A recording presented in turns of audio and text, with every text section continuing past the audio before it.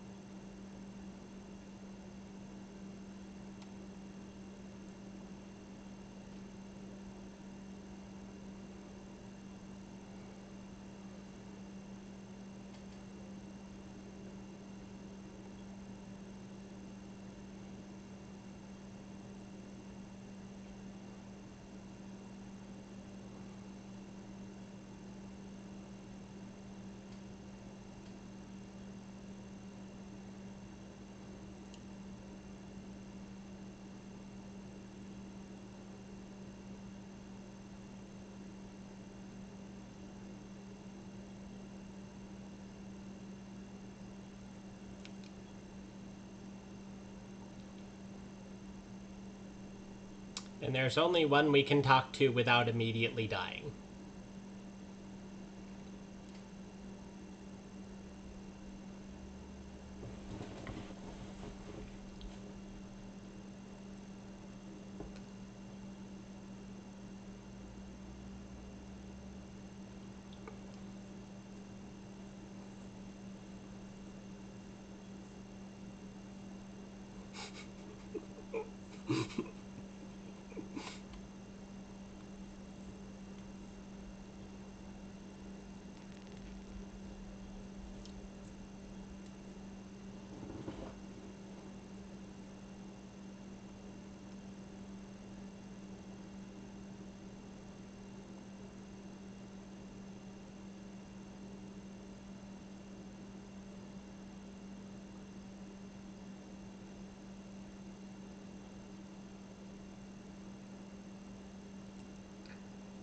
Well, I gotta tell you, I absolutely spoiled my friends for Christmas.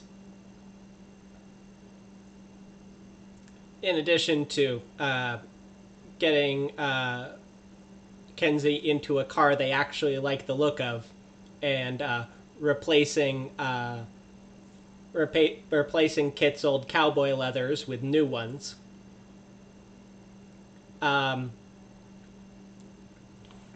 Let's just say everyone's really loving their terrible new Christmas sweaters. A grand tradition from Elliot's household.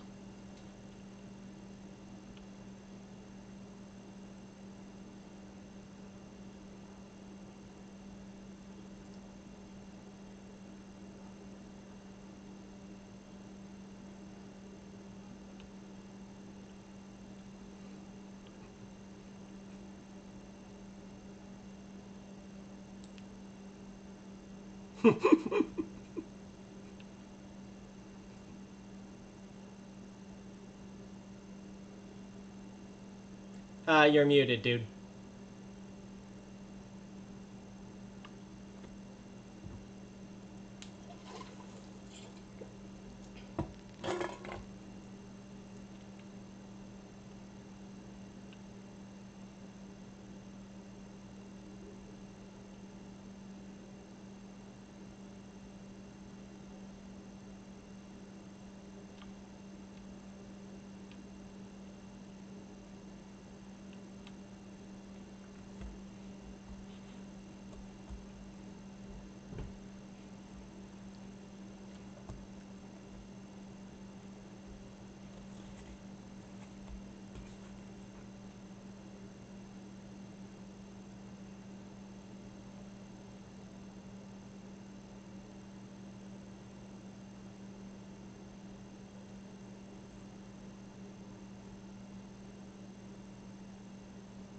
Hello.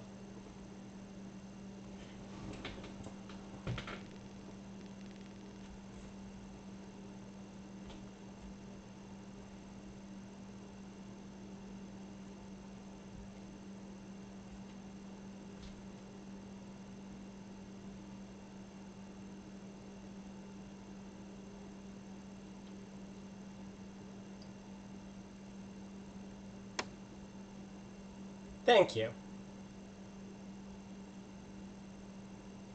I appreciate you. Elliot is always happy to get to learn some new stuff, and the old ones generally have stuff that got lost. Alrighty. Regardless, after celebrating Christmas, I think we need to stop in and let people know what we're doing, because I'm really tired about getting yelled at over that, and this, at least people generally know our intention, so it's not going to get us yelled at for trying.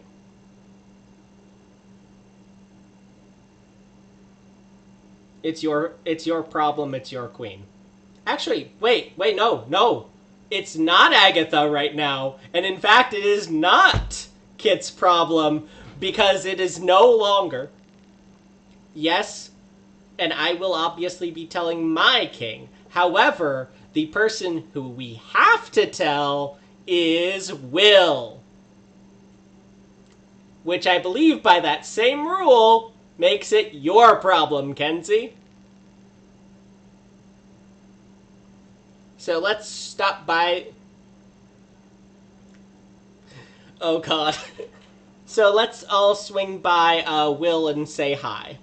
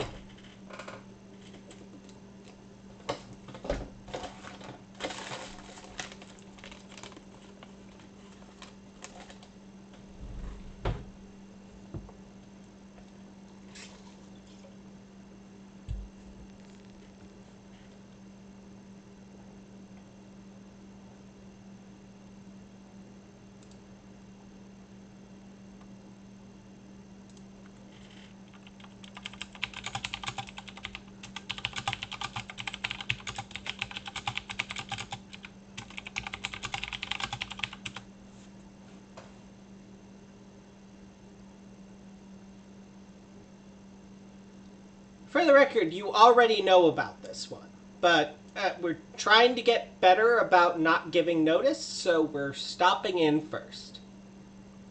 Seeing how that goes.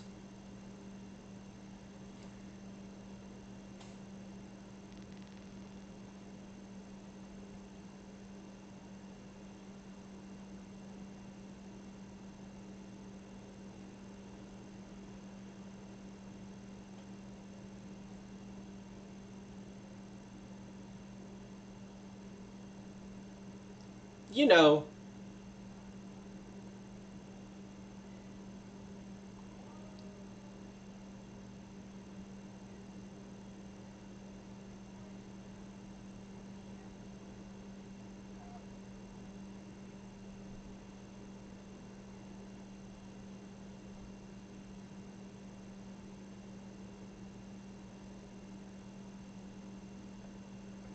We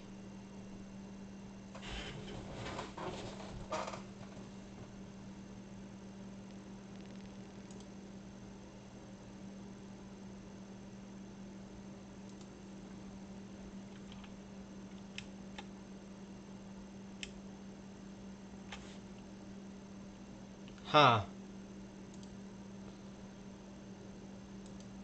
Let me try some stuff.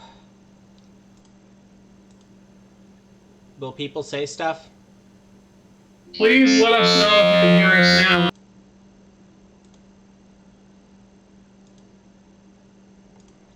Just a second.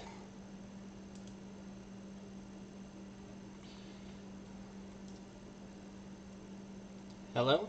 Testing 1, 2, 3.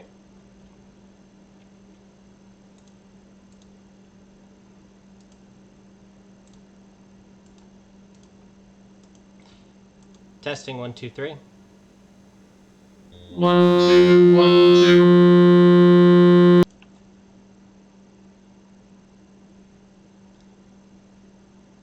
2. Something's happening. Alright, just a second.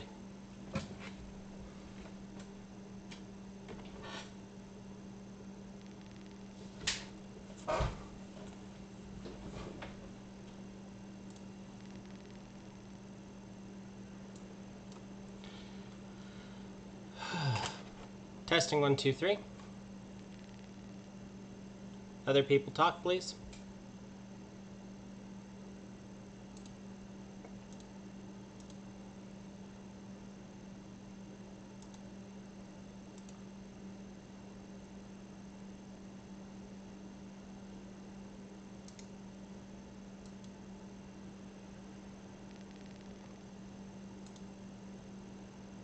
Testing 1, 2, 3.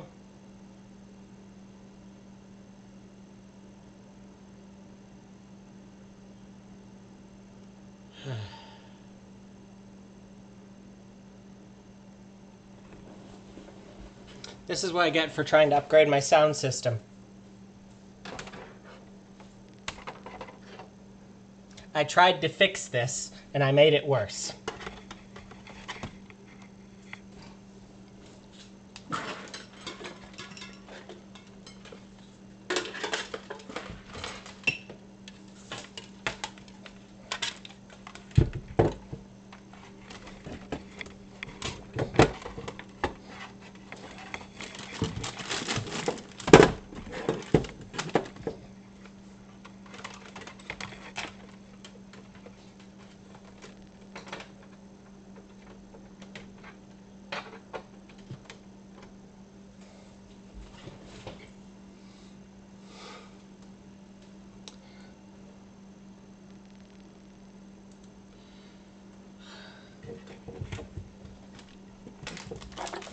Hi there, could somebody speak, please?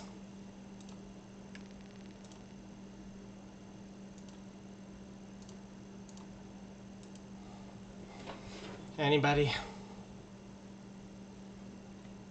Still no?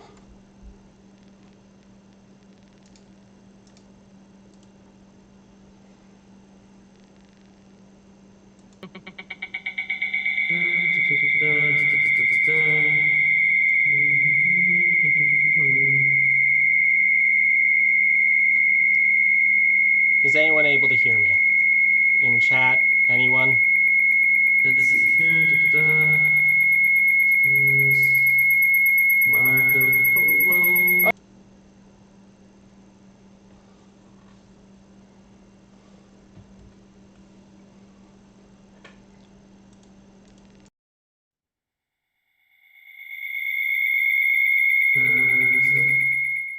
Yeah. Okay. Sorry, guys. Okay.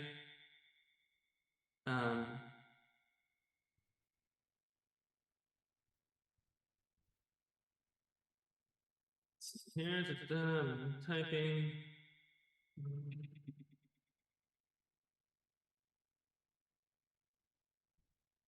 Is it just Kenny that's painful, or is it all of us? I don't know if they can hear you or not. 1, 2. Kenny, maybe don't talk until Jeff gets the next step sorted. Okay, so it's just Kenny that's painful. That's weird. I can hear it, but it's echoey. Okay. That might just be myself. 2 seconds.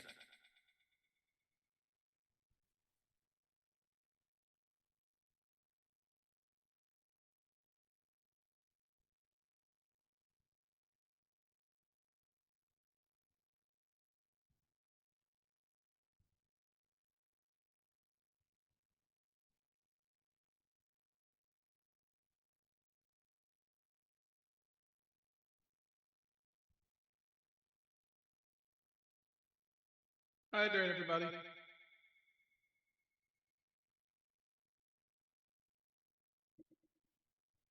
It's cool, man. We'll get this sussed out. Rosie says she can hear us all now, but we all sound like gods. That might be me. Give me a second.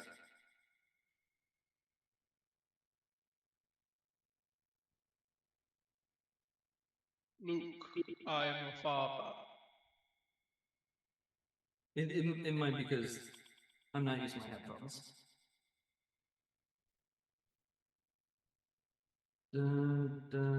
Okay.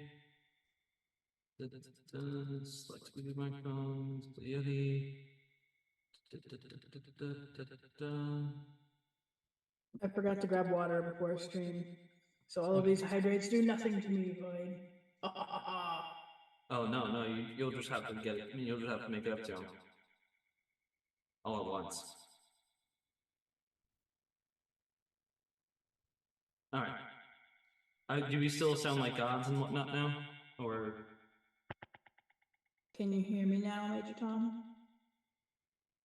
Testing. 1, 2, 3.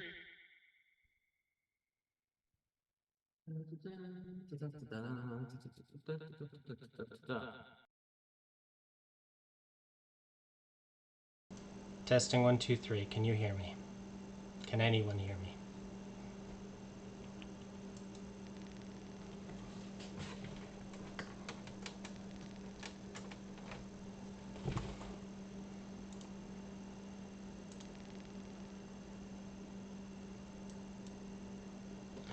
Can someone else talk, please?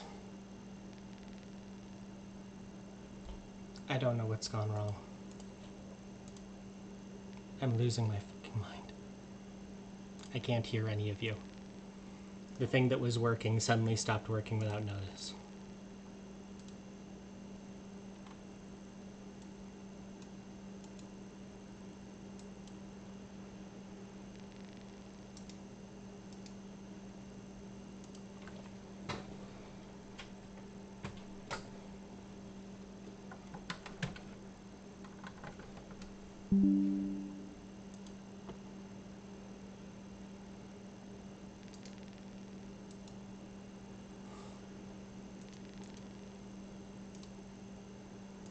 Please work. Someone talk. Hello. Oh my god, I can hear you. Can anyone else hear someone who's not me? So far I've been able to hear both you and Kenny. Lex hasn't. Lex, can you say something? You're muted, And- Lex. Lex, Oops. Is that better? hey, okay, so I'm able to hear everybody. It sounds like everyone's able to hear me.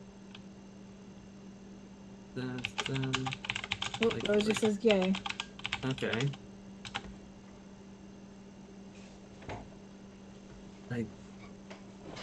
Can chat hear me?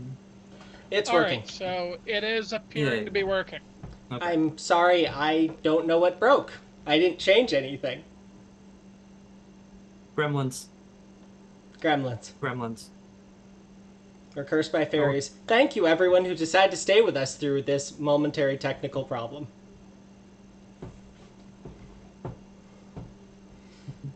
Now, where were we? Ah, yes, we were bothering Will.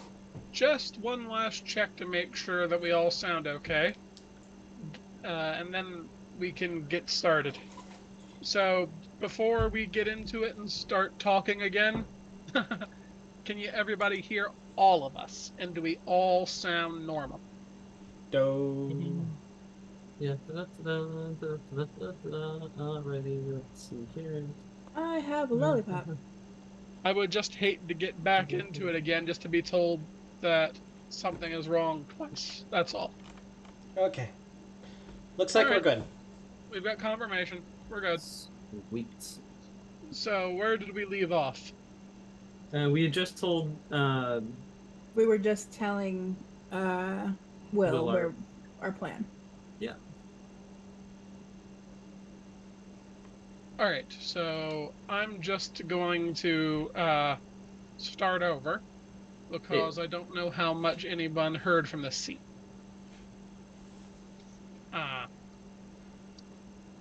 So, the Winter Court has made some effort to spruce up the parking lot in the front-facing office of the dump for Christmas.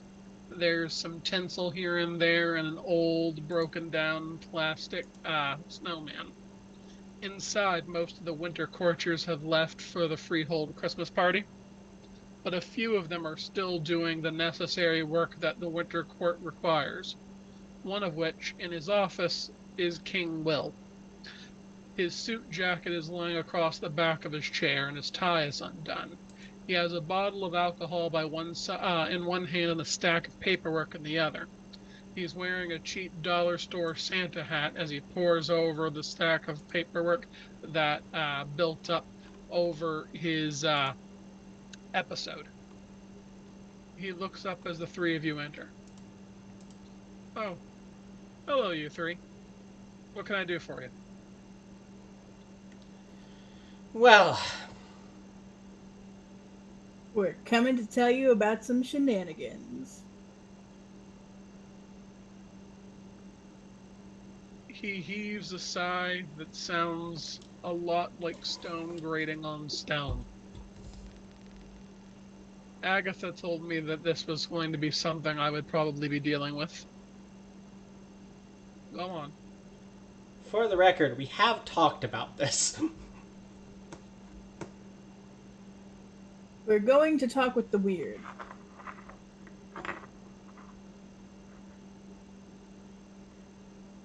Will blinks briefly.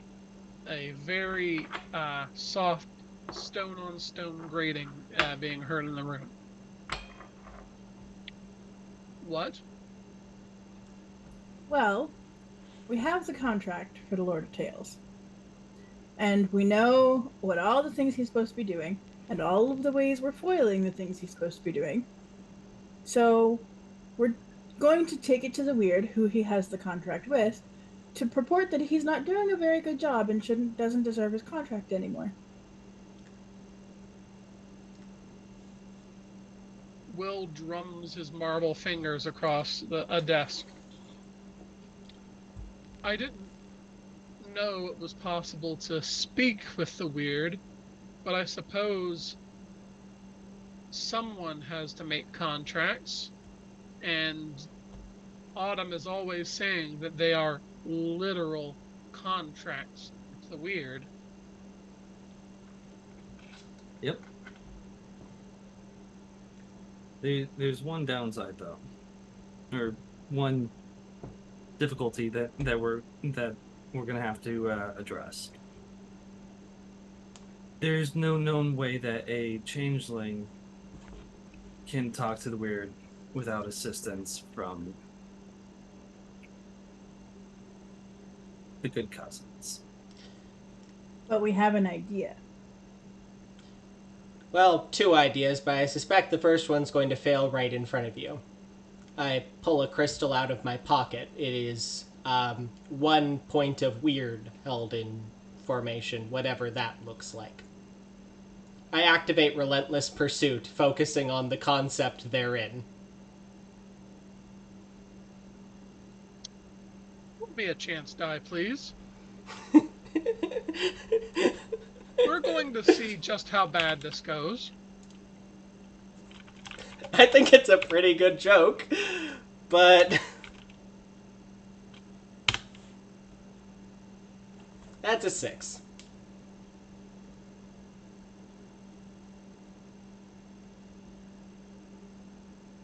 So,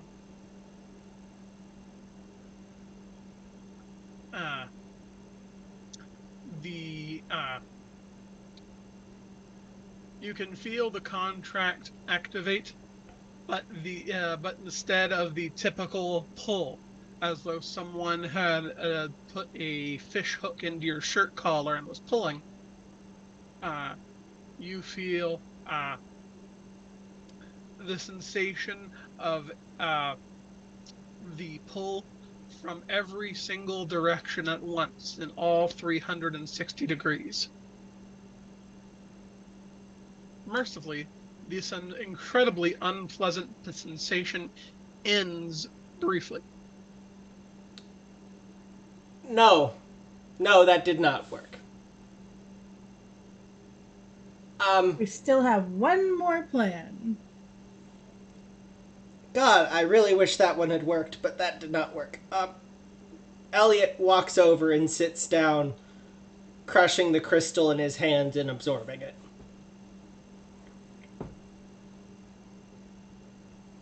Option 2. We go talk to the carnival barker and strike a deal.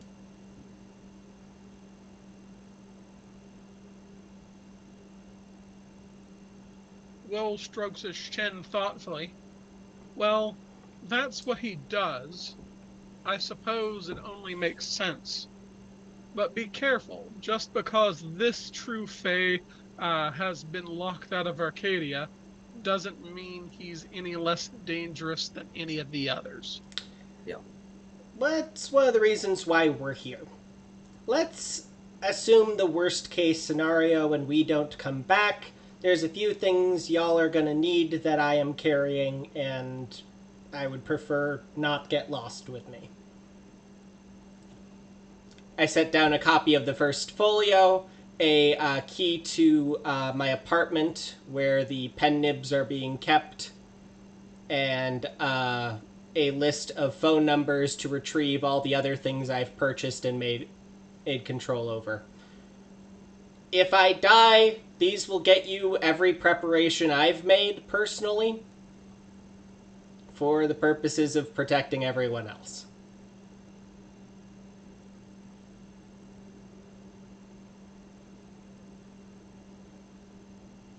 Will takes it and says, I'll keep it somewhere safe. Don't worry about it. Just try to come back. I never planned to fail. So far, it's worked out. Oh, please. You can keep me away if you tried. Please, we've got an entire other monarch to drive crazy over the course of this year. You think we're going to miss out on that opportunity?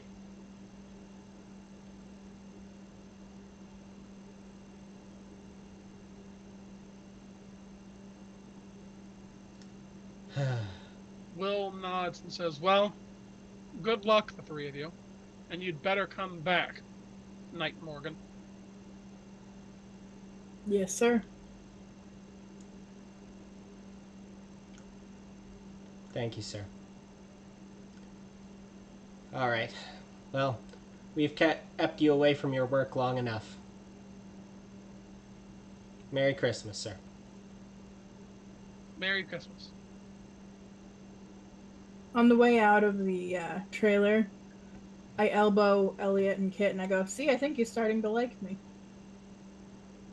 You know, you do have that effect on people. I open up my phone and it send a text message summarizing the plan to my personal liege. Hit send. Inform him that Will is already aware of the plan.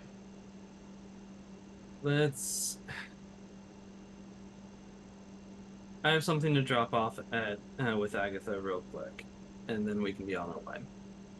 Okay. While we're driving, I send a quick text to Leo that just says, lol, having fun. Can't wait to see you next time.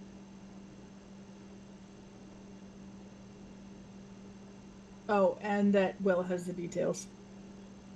But that comes in a second text.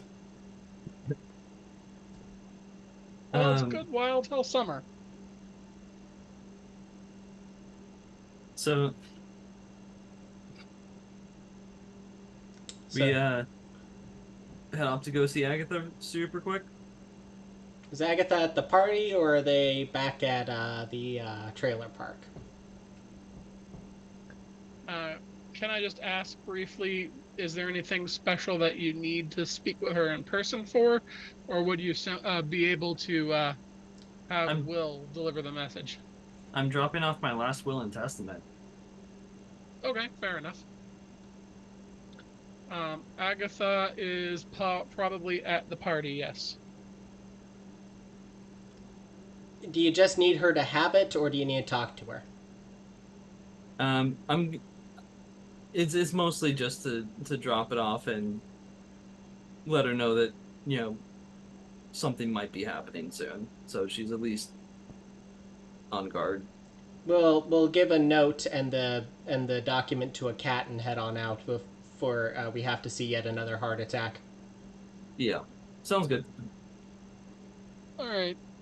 So you stop off at the Four Seasons and leave the note and the will with one of the Grimalkins. All right. Having done all this, we are headed to the Thorn Carnival. Not directly the one in the hedge, the one in, Vegas. Then the one in the hedge. Yeah.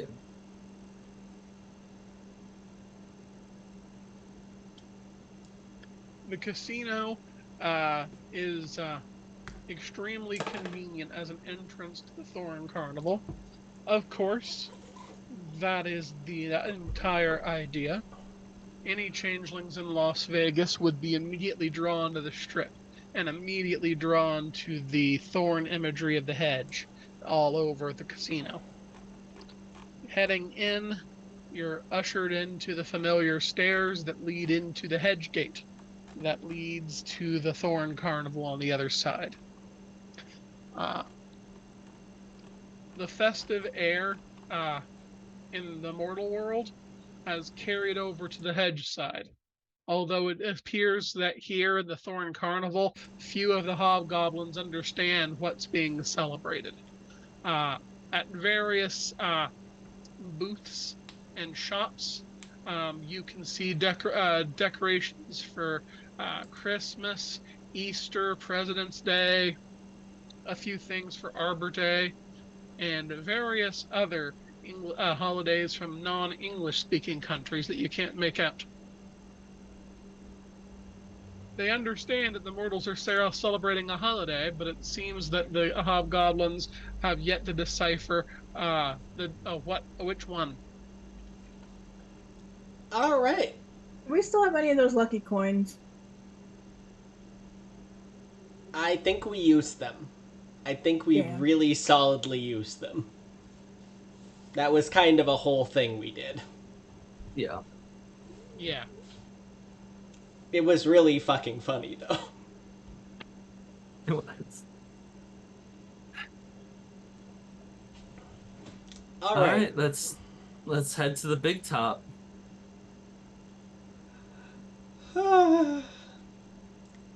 So, not all of you have been here the whole time, so I'm going to give you a quick summary. The Carnival Barker is a true fae who's been exiled from Arcadia, and as his profession, runs this goblin market and protects it from anyone who would break its rules. He's been with us for a number of games, and I have personally come close to dying in the most terrible ways possible because I have upset this man.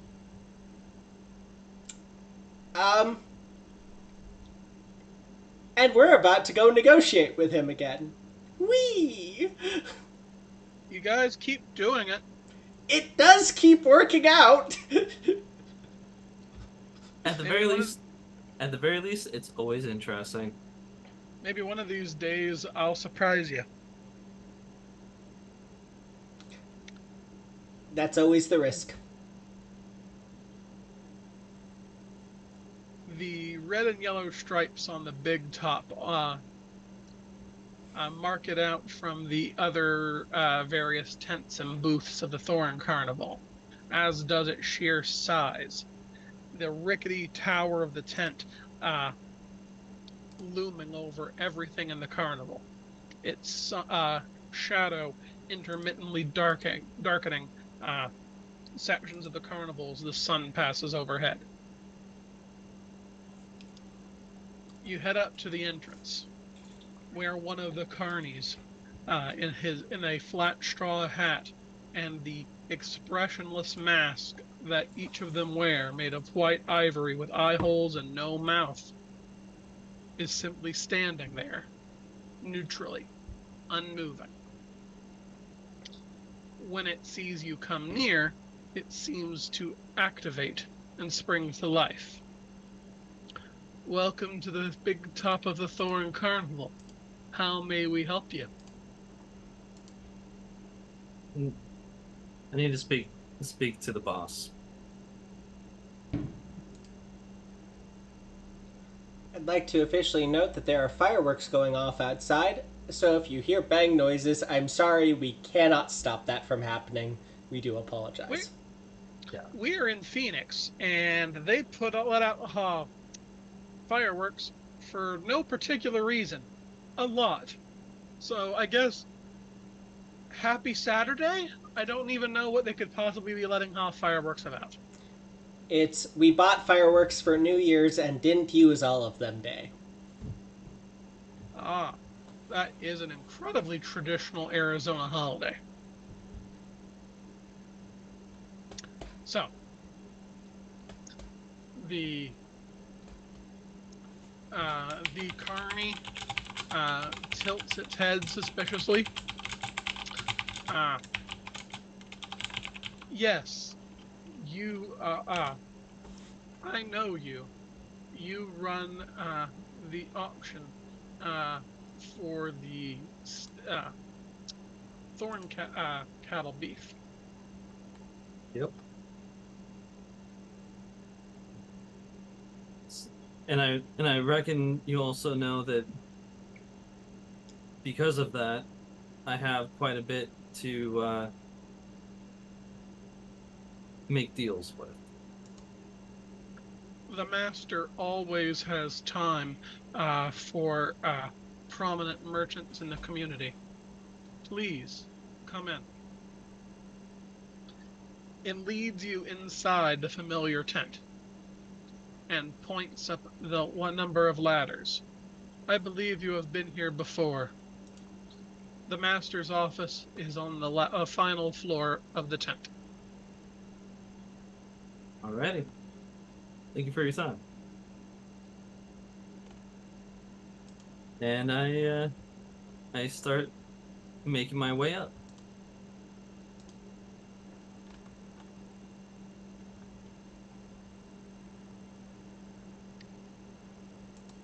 The three, are you all, are all of you coming up, or just Kit? We're all All of us. going.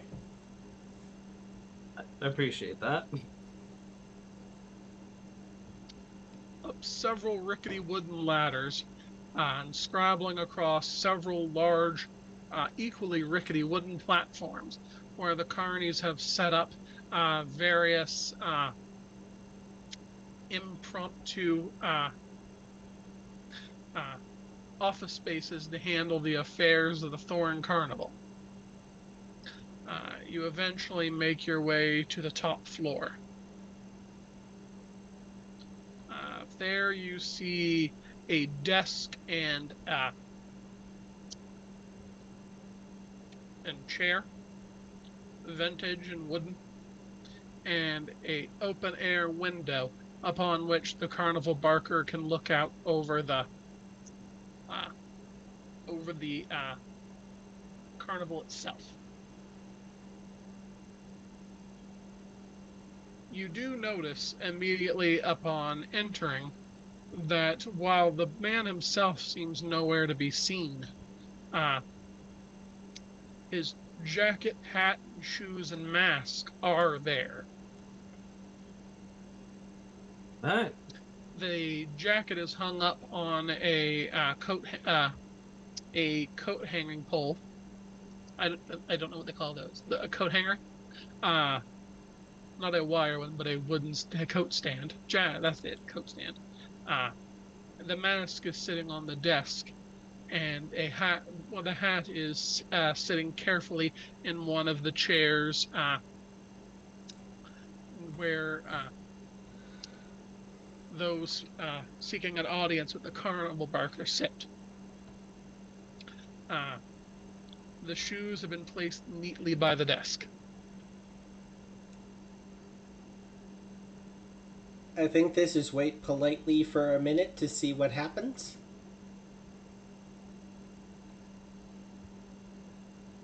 Definitely not touching any of those things unprompted. Nope. Now, Kenzie, after a minute, what are you going to do? death glare goes to Kenzie. After several minutes, nothing seems to happen. Excuse me, Mr. Barker? Roll me a chance die, please, Elliot.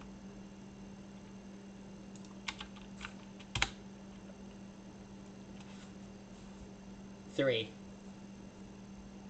There is no response. Kenzie, what were you going to do? Is there a bell on his desk? Yes, there's one of those small handbells that like you would find uh, on a hotel counter, alongside a small desk plate sign that reads "The chip stops here." Oh, okay. Well, get a chip out of my pocket and I put it in front of the sign.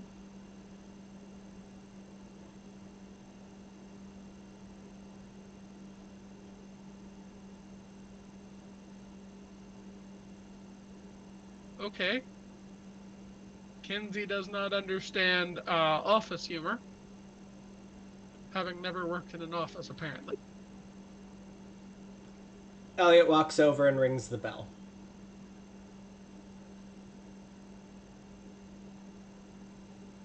You hear a loud yawn from the mask on the chair. It floats up into the air, as though attached to an invisible body, and bobs through the air to the coat hanger, where the jacket is picked up by invisible hands and placed across an invisible chest. When this starts, Kit turns himself and his motley members around to face away from him until it sounds like he's done getting dressed. After a moment or two, he makes a loud ahem.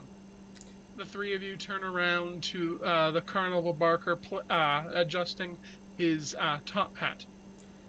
Sorry about that. I was taking a nap and I fell all to pieces. I do apologize for walking in while you were naked, sir. I'm not sure that that's how it would work, but I suppose that would be a close analogy. Unless... How about an apology for walking in while you're indecent? Does that work for you? Again, I suppose that is a decent analogy. Unless, of course, you'd like to find out what it feels like to have to put yourself back together. Ooh, maybe another day, but thank you. Well, if you ever want your limbs separated from your torso, simply give me a call and I'll be happy to assist. No charge. Well, while that particular service is not quite on my schedule today, I would like to see if we can make it an arrangement. Oh, business, Mr. Cotton.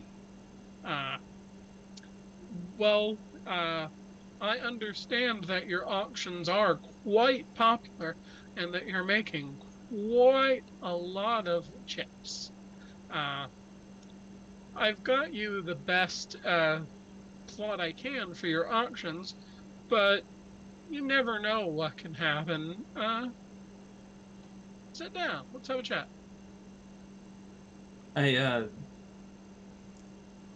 go to sit down after he does, and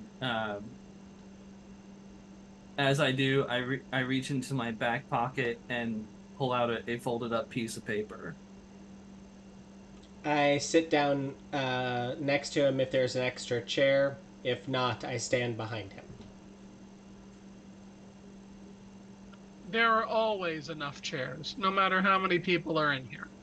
There are currently precisely 3. I sit slightly more casually than I feel like, trying to give an air of calm. Kenzie sits highly bisexually. Sounds about right.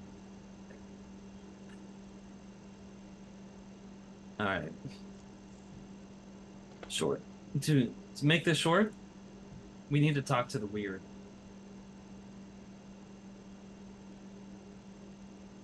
Well, that's an interesting proposal. And why, pray tell, did you come to me for this service? Well, because out of every person I know, I thought you would be. I figured you would be the most curious to see what happens. True. The expression on his mask is currently neutral, but he puts his arms up in front of his chin, and as he removes his fists away from his face, the expression has changed to a wide, vacant-eyed grin. I'm sure you understand that nothing is free, however curious I might actually be about what you attempt to do. Hmm. Okay. So we have two ways that we can go with this. Either we make a deal for regarding having you contact the weird, and we participate or are there to discuss with the weird, or we can talk about trade for the knowledge of how to do it. In this case, they are one and the same thing. The weird is within you because it was given to you by one of my kind. Mhm. It is dilute, impure. You will never be able to speak with the weird, not in the way that we do. And I can tell you as well that the weird cannot be reached directly from within the hedge, only from within one of the realms of Arcadia. However, he spreads his hands. This carnival wasn't always located in the hedge. When I left, I brought my home with me. I am the carnival, you understand. Of course. Every booth, every uh every tent, every prize, you could all consider it an extension of my will. What I meant when I asked was, what do you intend to trade? You ask for the use of my Fey birthright. Mhm. What could you possibly offer that would be worth it? I hold up the piece of paper. As you know, yes, a good portion of my profits are straight chips. But this is a list of every person who's purchased from me with favors. I haven't called in a single one.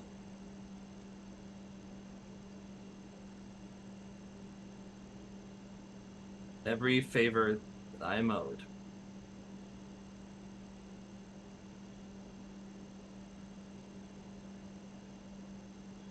The barker is silent for a moment.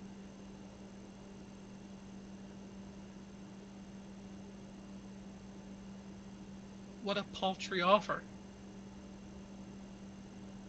Okay. I am the entirety of this carnival, of this market. Mhm. There aren't enough favors in existence. Do you have anything of true value? Buy your I think I you're I think you're underselling how much these are worth. Yes, you do have influence. You have perfect influence here. I'm offering you hundreds of favors that can be called in to influence outside of these gates. And what purpose would that serve me? If I need to do something in the mortal world or in the greater hedge, I can simply pay any number of hobgoblins and changelings to do that for me. Then perhaps we're taking the wrong tack. You yourself have been talking about value. In fact, when we began this conversation,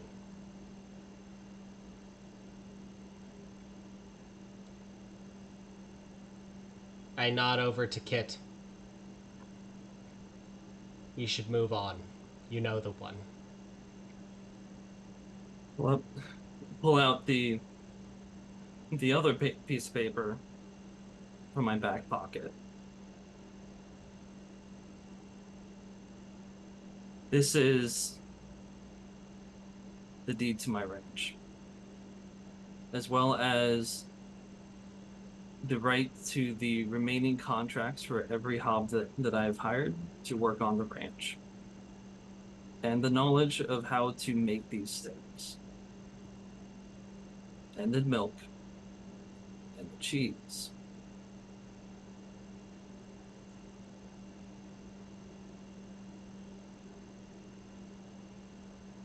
Now, I'm not offering you the exclusivity to the knowledge to the milk and the cheese. I will be retaining a copy of that. But I'm offering a non-compete clause where any production of cheese and the milk will be for personal use and as gifts. No profits. No selling. From us, that is. From us, yeah. You can do whatever you want with it. The Colonel Barker slams a gloved hand on his desk and stands up. If his face could move, you have a feeling his eyes would be narrowing. You come in here, in the seat of my power, and you offer me toys and trinkets in exchange for something only I can do. All 3 of your lives would barely be worth a moment of this service. A single question, yes or no. If I were to want your ranch, I could buy it from you. It's otherwise not for sale. Everything has a price. I could offer you a price large enough for your ranch, but your ranch is not a commodity expensive enough to purchase my intercession. Then name your price, if there is one. Yes. Name my price. I am told that there was a Fey title that was recently lost. Not mine to negotiate with.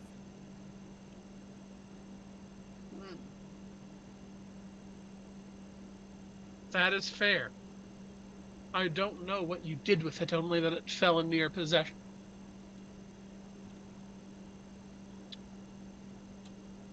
Well, in that case, how about one of you? Any of you would make a strong carny. The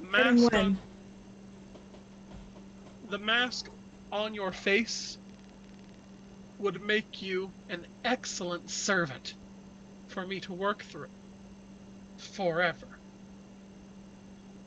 Any of you would work, but just one. Starting when? No. I actually, excuse me. Hold on, before any of you start negotiating on this. I'm beginning to wonder if you are negotiating in good faith at all, good sir.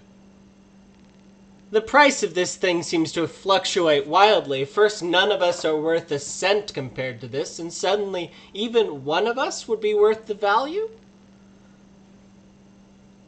Your eternal service has far more value than your life. Life is cheap. I buy it and sell it. Service is expensive. How about an opportunity? How much is that worth? We are negotiating here. He sits down. What kind of opportunity? The opportunity to snag a title.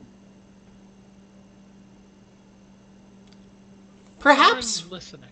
we should tell you what we are trying to do, and that may sweeten the pot for you. I think you, of everyone, knows what is involved in a title is a contract with the weird.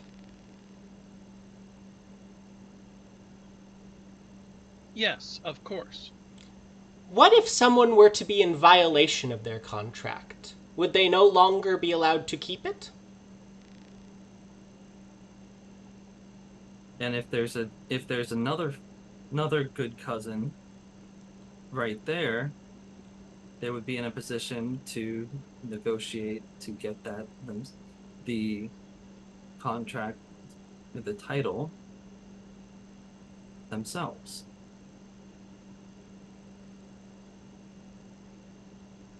The So Lord of Tales is an owner of many titles.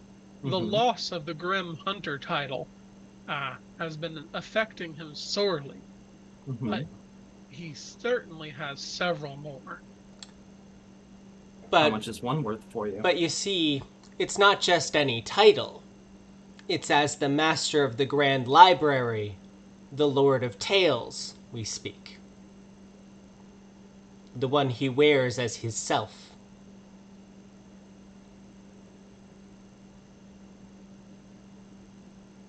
Excellent.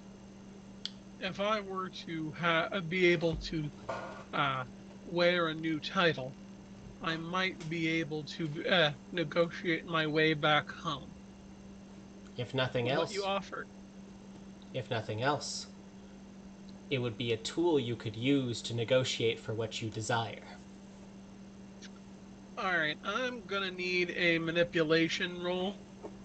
Manipulation plus persuasion, or anything else that you want to toss out there.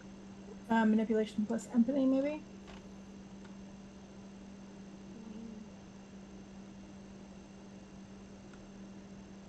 Sure, but Does that tell work me for what you you're going to guys? say. Does that work for you guys? I think that's a nice setup for him, yes, because you're trying to understand his motivations and play into them. That's what you're trying to do with empathy, yeah? Yeah. Yeah, I can give you, if you make the roll, I can give you some insight. Okay, 1 second. Someone's still going to need to actually make the roll to convince him, though. I'll be following up on that. Would I be able to borrow your manipulation after this? Yes.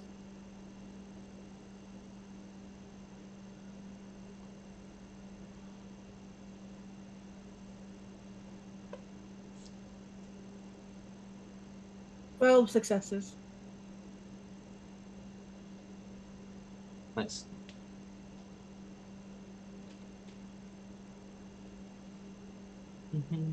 You've been out of the hedge for a good part of a year now, and you've spent a lot of time in the goblin market. While here at the Thorn Carnival, you've heard many, many rumors about the carnival barker, but the ones that you've been able to piece together that sound the most reliable. He is, you know, an exiled fae, one of the true fae who was expelled from Arcadia for one crime or another. And that a true fae's power, though omniscient within their own realm, is limited by their titles, and their titles, plural. The carnival barker only has one, and thus no other choice but to suffer the punishment of the carnival barker. It's been said that in private, he has no greater desire than to return home. But he can't, because he has no other title to return home under. While the title of the carnival barker is no longer welcome, the title can be shed if he were to have another. But without it,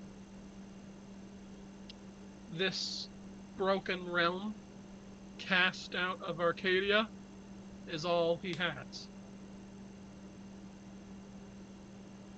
You can feel that these rumors must have been somewhere near the mark. He seems to be hungry for a title, or perhaps at least willing to suffer a little longer in exchange for the service of someone who was able to acquire one previously.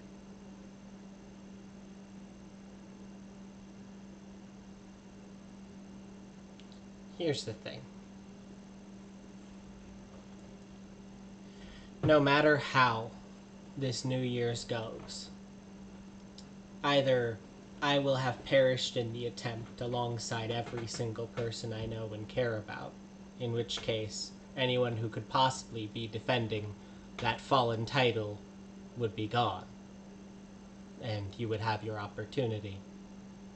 Or the Lord of Tales will be so harmed that the chance to take something that was once his would be within your grasp. Either, I feel, is a worthy opportunity, but neither may be even possible if we cannot make this conversation. I can sense your thirst. I know thirst. I remember an endless thirst even as I was drunk. I know that desire deep within you. Would you watch this opportunity walk away after however long you've been here? Even if it is only a mirage, even if you can't claim it, you would have had the chance. Better than that, than starve forever.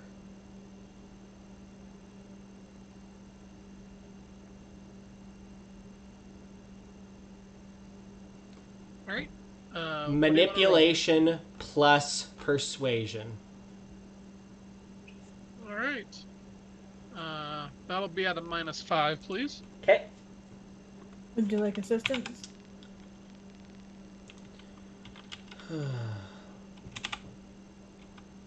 Yes, please.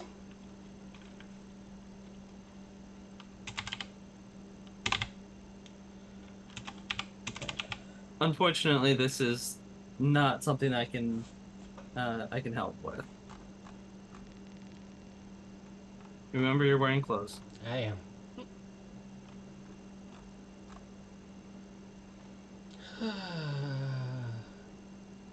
Four successes. Thank you.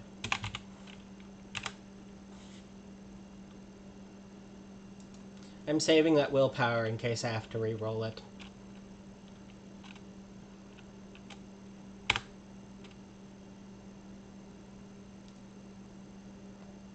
I'm not going for a 5. There's no way in hell. That's okay. She was a success. Good.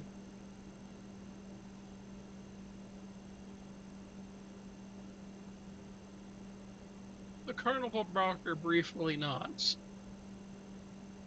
Okay, that's an intriguing possibility. But an opportunity is just an opportunity. It's ephemeral, not concrete. Yep. So, But it's Weren't you more the than one- you have now. weren't you the one who was just telling me that anything you wanted to achieve outside the carnival was within your grasp? I would... Oh, yeah. Are you telling me that you don't think that you could seize an opportunity if offered to you? How about this? We are still talking about the possibility of no payment. It would be a gamble. You're telling me that you've never taken a risk as a businessman? Well, we can sweeten the pot a little bit here. We have the phrasing of his contract. The circumstances under which you would claim nothing are most likely those wherein we have all perished. Therefore, the contract would be delivered to your possession moments thereafter for you to take another shot at your or own choosing.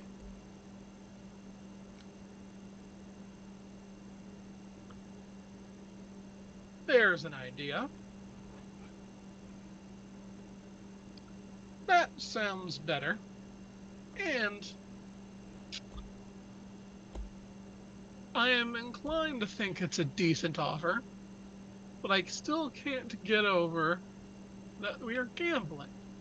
So if I'm going to be gambling, you're going to be gambling too. We already are. If this fails, We die. yeah. This is all. We're all in already, boss. Oh, I'm not talking about your plan. I'm simply talking about this deal. So, I'll tell you what. Let's make a wager. If you win, I will accept your ephemeral payment and wait on tenterhooks for the opportunity to come. If you lose, I will accept more concrete payment. One of you will put on the mask. Done. On January 2nd.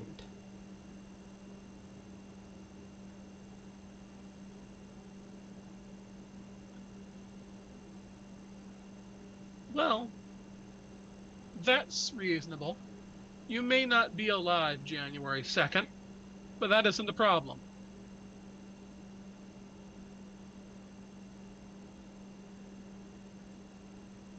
If I've failed, I Agreed. don't ever wish to forget it.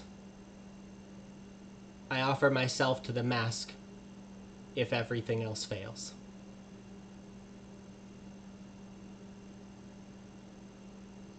The carnival barker spreads out his hands and nods. Wonderful. We have a deal. In that case, let me lay out how this little game is going to work. He spreads out a map of the carnival and circles 5 areas. This is the High Striker, Tin Can Alley, the Dunk Tape, the Cart Track, and the Rope Ladder Climb. You wish for the services of the carnival? Show me your mastery of it. We will choose 3 games. If you can beat me at 2 out of 3, then you win. Simple? I would like you to describe the exact terms of the contests at each, please, just to make sure that we understand before we make our selection. He points to the area of the map. The High Striker. I believe they have these in the mortal world. There's a weight. You hit it with a hammer, and you see if you can ring the bell. Whoever gets highest or rings the bell wins. In the event that we both ring the bell, I can be generous. I will say it's your mortals win. Tin Can Alley. He points at another one. This is simple. Whoever shoots down the most cans in the allotted time is the winner. The Dunk Tank. And if there was a tie at Tin Can Alley, similar results? Let us be generous and say in the event of ties, the mortals win. The dunk tank. We shall take turns. Whoever successfully dunks the hob wins. The kart race. Well, that's simple. The three of you versus myself. Whoever crosses the line first wins. And the rope ladder climb. Climb up the rope ladder without falling. Get to the top and ring the bell. The first to ring the bell wins. I think it only fair that we choose the first game with a coin toss. What do you say? Fair enough. You won't mind, of course, if I use a coin from my pocket. Be my guest. Elliot draws something from his pocket. It's a American silver dollar kept on hand, possibly for specifically this kind of a thing. It gleams in the light. Do you want me to roll a 1d2 because he's not actually trying to cheat on this one? Because I don't... We'll do Evens or odds? can we, yeah, because I was about to say, can we roll a 1d2 on here? Right. So in that case, we'll just do evens or odds. Evens is heads, odds is tails. All right. Which one do you want? Well, I'm flipping, so you're going to be calling. All right, evens. Odds. All right. After his call of tails, I smile as it comes up heads. You're welcome to check the coin. It's perfectly mundane. He does check the coin, and after a moment of looking over it, he gives it back to you.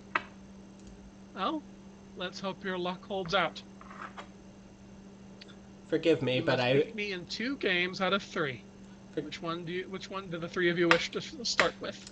I feel Tin Can Alley is the most traditional of all of these games. I remember seeing many a person go to this to win a stuffed toy for their loved one.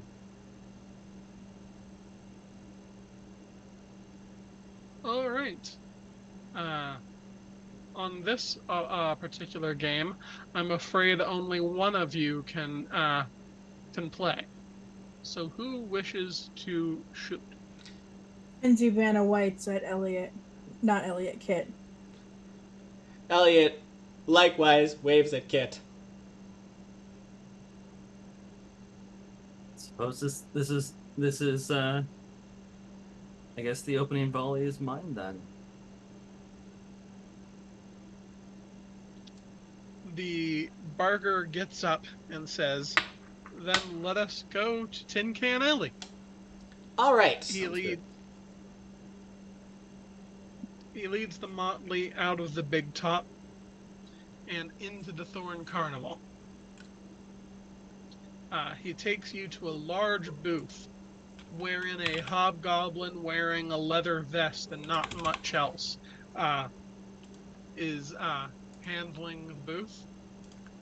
As he sees the barker approach with the three of you in tow, he pushes away the changelings and hobs currently playing, his massive ears wobbling in fear. "Oh, hello, my lord. How may I serve you today?" The barker looks down at the small hob. "Oh, hello, guys. Welcome to our stream. Just to catch you up, Changeling Lost is a game about fairies. Our players here are currently betting a fairy who owns a carnival with essentially their souls. In exchange for a chance to rat out another true fae to essentially the person he gets his superpowers from.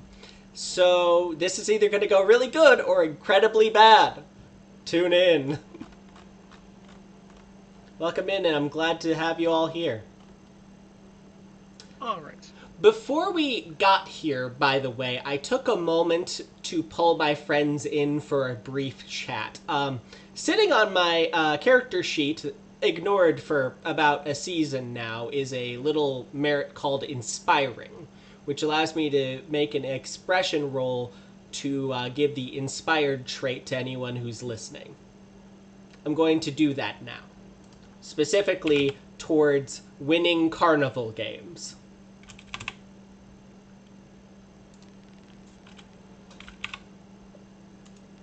All right. Do you need to roll for that? Yep, just a It's been a moment. while. This will mean that they get an exceptional success on 3 instead of 5 and gain a point of willpower when they decide to cash it in. All right. So that's going to be expression plus presence plus and reroll on 9s. I'm very good at talking, and I'm extremely artistic. All right. With that, enjoy your inspired condition, you two.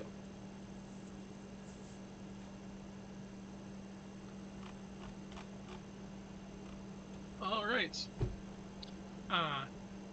The Barker explains what's going on to the small hobgoblin running the stand.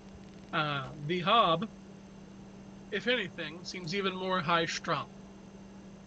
He hurriedly comes back with 2 toy rifles with corks on the end. Of course, my lord. Here to serve. Here to serve. He hands them to Kit and the Carnival Barker. The Barker puts his hand to his mask as though he's clearing his throat. And a reminder of the terms. To win this game, you have to knock down more cans than I do, out of 10. Let us begin. One moment. Could I just help my friend sight in on this just so he's had a chance to opportunity? This is part of your body. You know it about as well as your arm. But I fear he's not played at this particular stall before.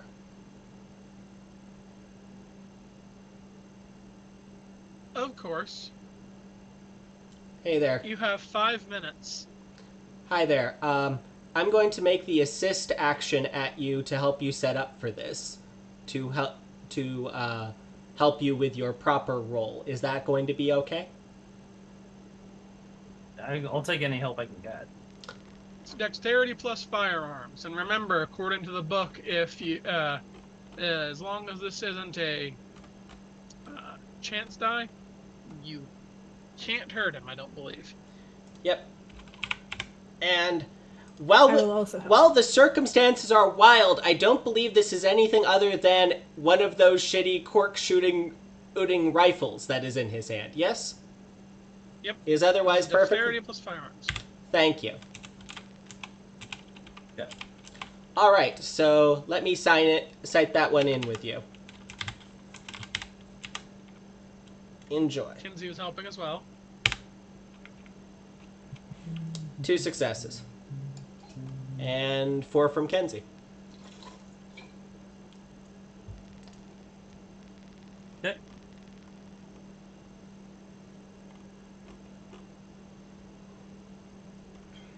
Okay.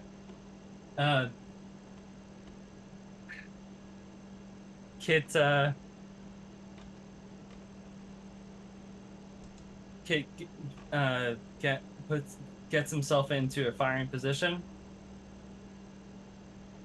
drops the cork gun, pulls out a shotgun, and opens fire.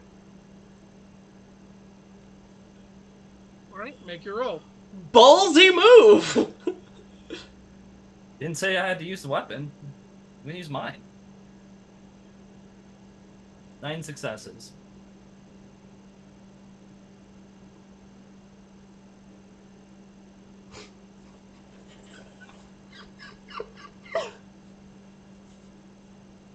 All right.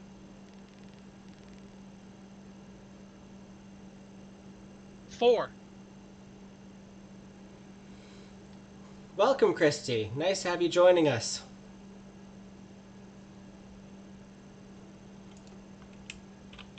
So,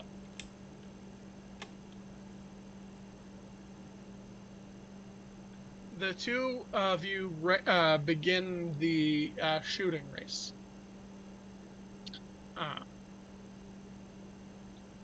The Carnival Barker frowns at the breach of decorum, but doesn't say anything. After all, the rules weren't elaborated on.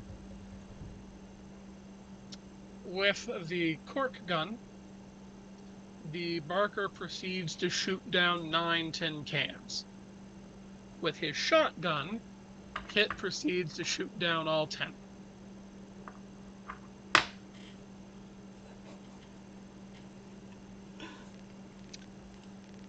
The goblin hurriedly takes the cork guns back, bowing and scraping. Sorry, my lord. I'll fix the balance, my lord. I know it's not supposed to be this easy, my lord. The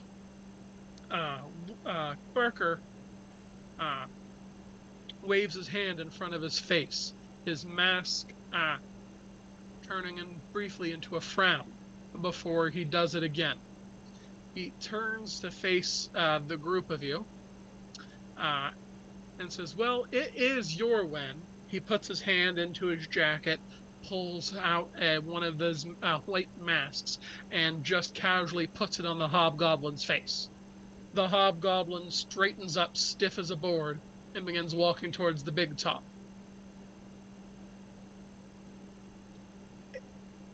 My failure and his failure will be thought upon.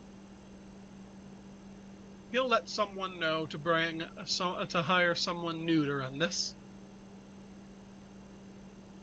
So I believe it's only fair that the winner chooses the next game. Do you wish to go to the high striker, the dunk take, the rope ladder climb, or the cart race? Well, what are you guys feeling? I mean, completely out of character, I think the rope ladder climb or the cart race is going to be our best bet. Yes. Let's do the rope ladder climb. Give me 4 seconds of stalling. Okay.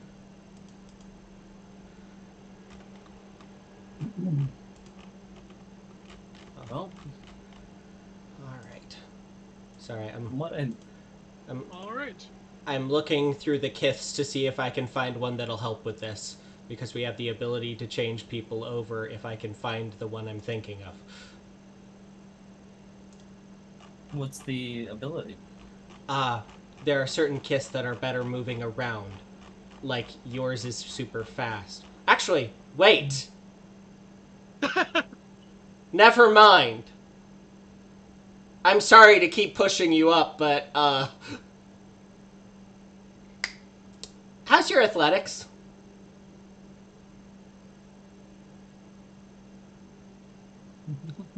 Athletics. It's pretty decent. What's the number? You know what? I've been looking for some extra money. Do you have any money on you? Yes, I do. I mean, this kind of money? Yeah. Would you like to buy some? I have some. Yeah. Sounds good. I reach out my hand for his chips. I pay the axed amount. I spend the cost in glamour to solidify 2 dots of athletics and take my payment. We're within the boundaries of the carnival. Anything can be bought and sold. You don't even need to spend the glamour to solidify them. We have our... That's for memories, Glamour. I think. It says in the description that it can crystallize things. Ooh, well, then we use that instead. I think that still costs to activate. Regardless. Yeah, I gave this to you because now, as I remember it, the ability to solidify abstracts isn't written in anymore. Fair enough. Regardless. It's a shame. Well, we have it So now. do you guys really want to have Kit to go again?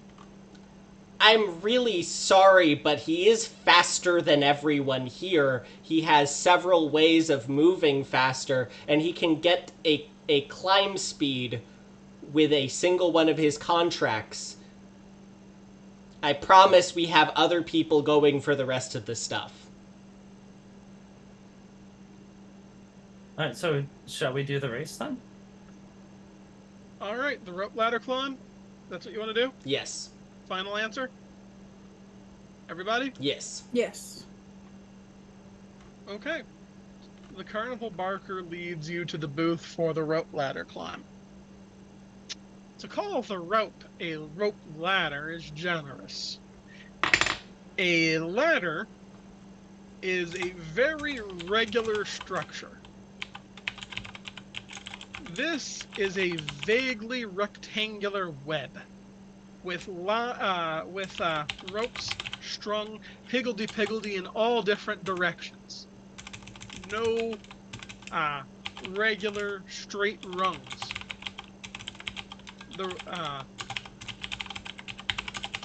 It looks extremely treacherous.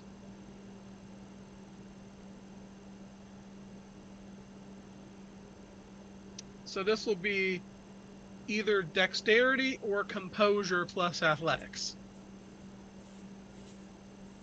Okay. And we're just trying to get up there as quickly as possible, yeah? It will be a opposed roll again. Okay. So, I believe you have a contract that gives you an animal's movement ability, yeah?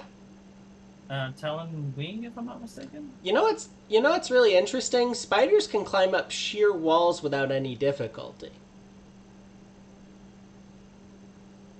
Oh, no. I was gonna have wings. You have to climb, it says. He did Yeah, actually but I did- specify climb. Yeah, I was just gonna, hold on to the rope ladder and pull myself up, but use the wings to actually move myself. I'm climbing with the ladder.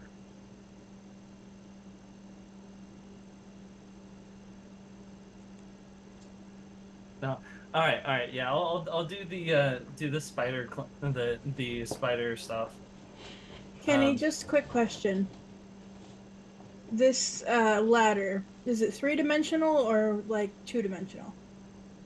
It is still roughly, if laid on the ground, 2-dimensional. Okay. Okay. So this is gonna be some stuff here. So I'm going to pop my super speed suits for this. I still haven't actually I still haven't written all the math down for that. Actually, quick question. Kenny, are you going to allow us to gain any benefit from having speed, the ability to climb like a spider, anything like that? I'll reduce the penalty, because the penalty is going to be minus 5. Because otherwise I was going to say, how about we just have me climb if not, because, we can do that trade either way and it will still end at the same place. But if that's going to reduce the penalty, it's probably worth it. Okay. So, all right, pull out the calculator. Sorry. So, let's talk about plans for this, because there is going to be a third game. And we might not necessarily win this one, so we have to be planned for the other stuff. So, the High Striker, we've got a bell we need to ring. That requires strength, and I believe absolutely fucking 0 of us have that. So, we're going to have to clever our way out of that one, or or find some way to not strength that one up. I have an idea, and it's something Kenzie can do, but I'm not saying it now because Calvin Ball rules work best when you are seconds away from having to do them. There's also the dunk tank and the go-kart race. Kenzie, didn't you just say that you were pretty good at the Dex plus Athletics combo? Yes, I am. That's the throwing one. And honestly, I think you would be the most motivated to dunk some poor hub. That seems like the most Kenzie thing on Earth.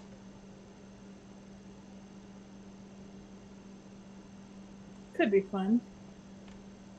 I was thinking the go-kart race. And then it's driving. I think you're the only person with a point in drive. So the other of us would be playing Mario Kart to slow the other guy down while you try and get ahead. But we can do that.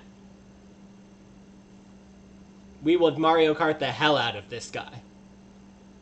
I'm gonna guess that probably looks like a chase.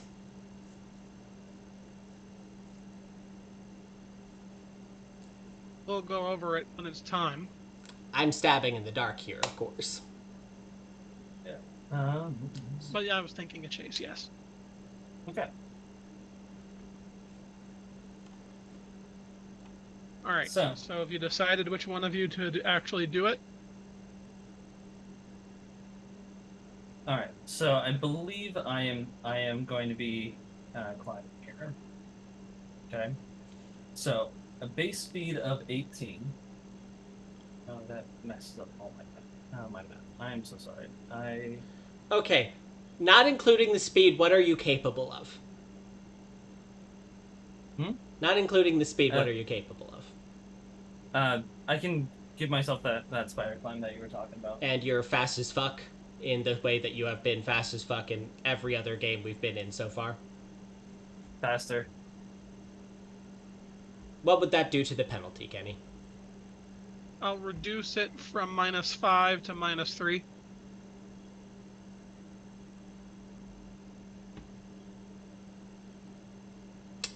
Okay. Tibbs? I think my solution is funnier. May I do it instead and have your athletics for the same joke we did for mine? Yeah, sure. All right. I've mentioned multiple times that I am generally carrying several bottles on my person at any given moment. Yes? Yeah. I am able to control glass out to 3 meters from my person, and as such, I'm going to haul myself all the way to the top, gliding on a rigid glass thing instead of having to work with shaking rope.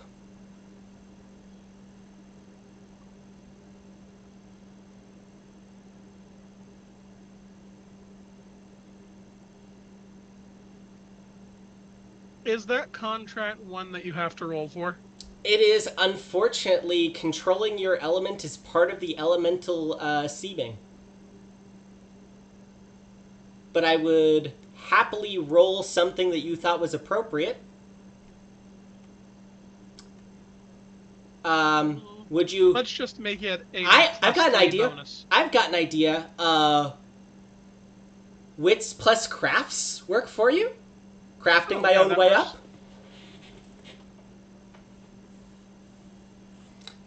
Hey, Tibbs, I believe your wits is better than mine.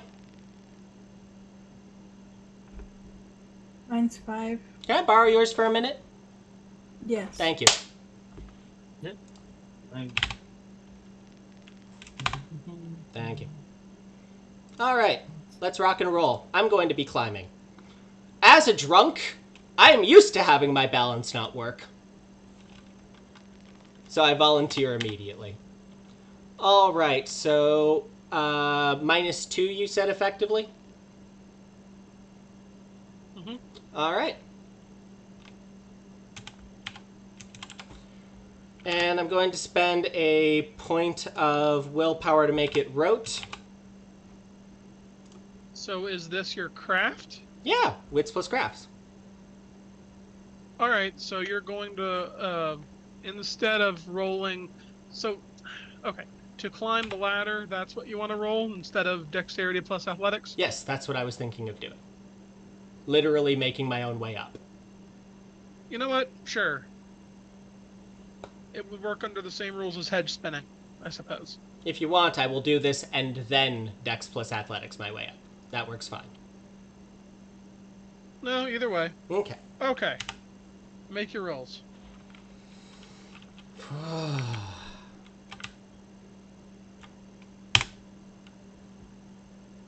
Wow.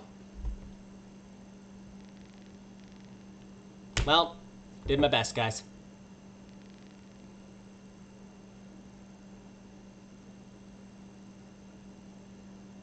Okay. Elliot crafts after a short argument over who should do this game. Elliot wins and takes his place at the foot of the ladder alongside the carnival barker. He tips his top hat, says, "May the best man win." This one's simple. You can see that the ladder is about 100 feet tall with a small bell to ring at the top. The barker pounces on the rope and begins climbing immediately. Elliot spends a moment fashioning a glass pulley that with a stand that he can ride on. As he thought, it is a much more stable and easy ride. However, the sheer power and tenacity of the exiled Fae are too much. Or perhaps it's simply the time that you spent fashioning the device, because the carnival barker reaches the bell and rings it just as your fingers begin grabbing for the string. Sorry, guys. After the two of you reach the ground, the carnival barker nods sagely. Well done. I believe that puts us at a 1 victory each. So whoever wins the next game wins the bet.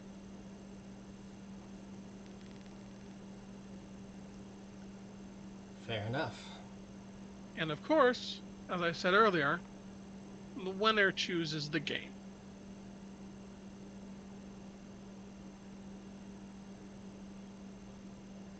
He strokes the chin on his mask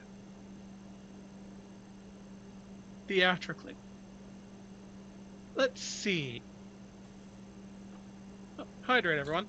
Thank you, Rose.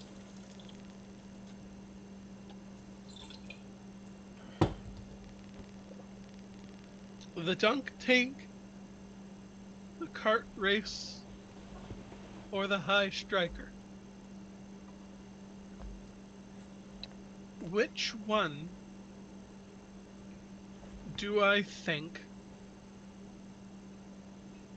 I can most easily win at? I think the dunk tank would be simple. That would be a matter of skill. The cart race requires one to know how to drive. I believe cars are very common in the mortal world these days. Let us play the high striker.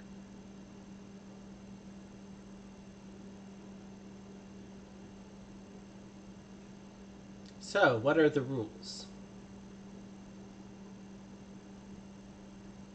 The barker leads you over to the high striker. Unlike the others, this one isn't really a booth. There's simply a carny standing around, enticing customers to test their strength. The high striker is vaguely what you would think of along the lines of one of these on any in any circus or boardwalk or in any carnival in the mortal world. Almost. The big difference is it appears to be about 100 feet tall, and instead of being straight up and down, it zigzags at various angles.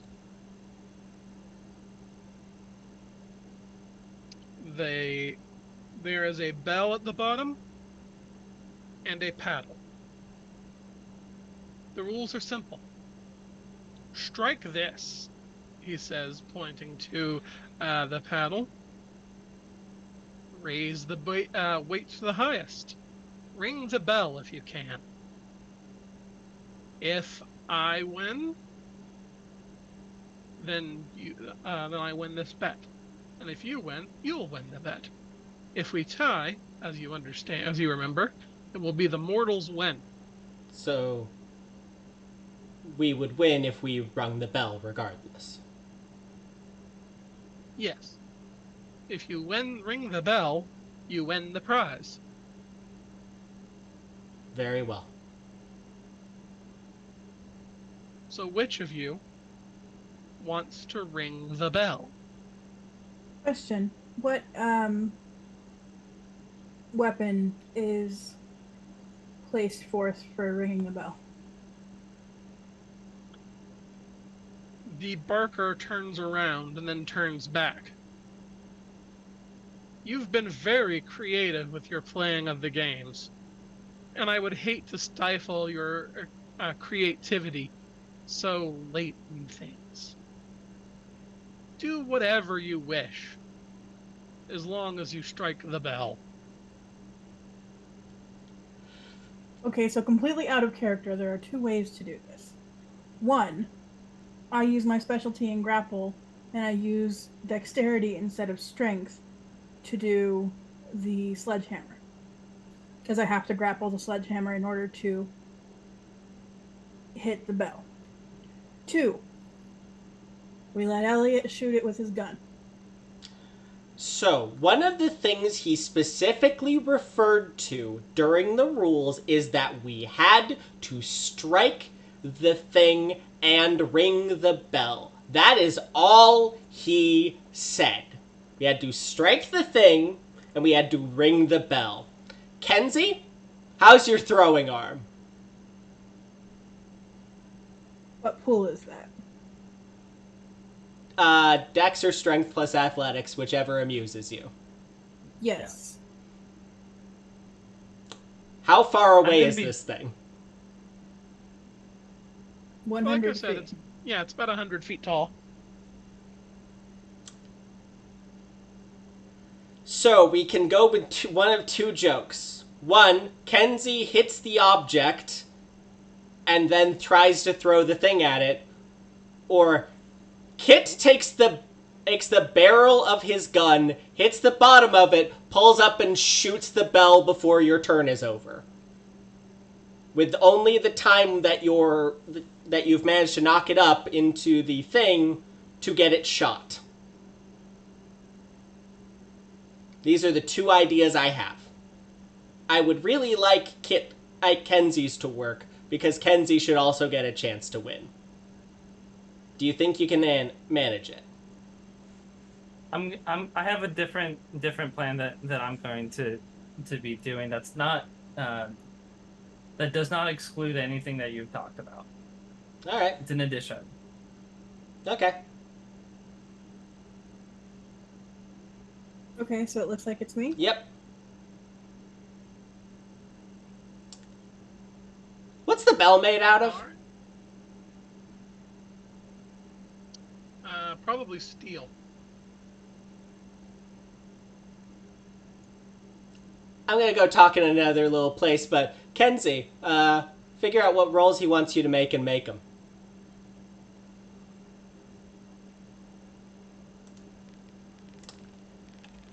Okay, so Kenny, what rolls am I making?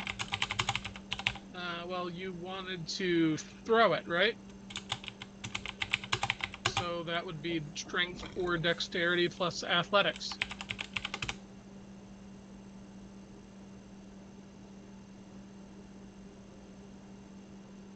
Or if you want to grapple the hammer, you know how to grapple things.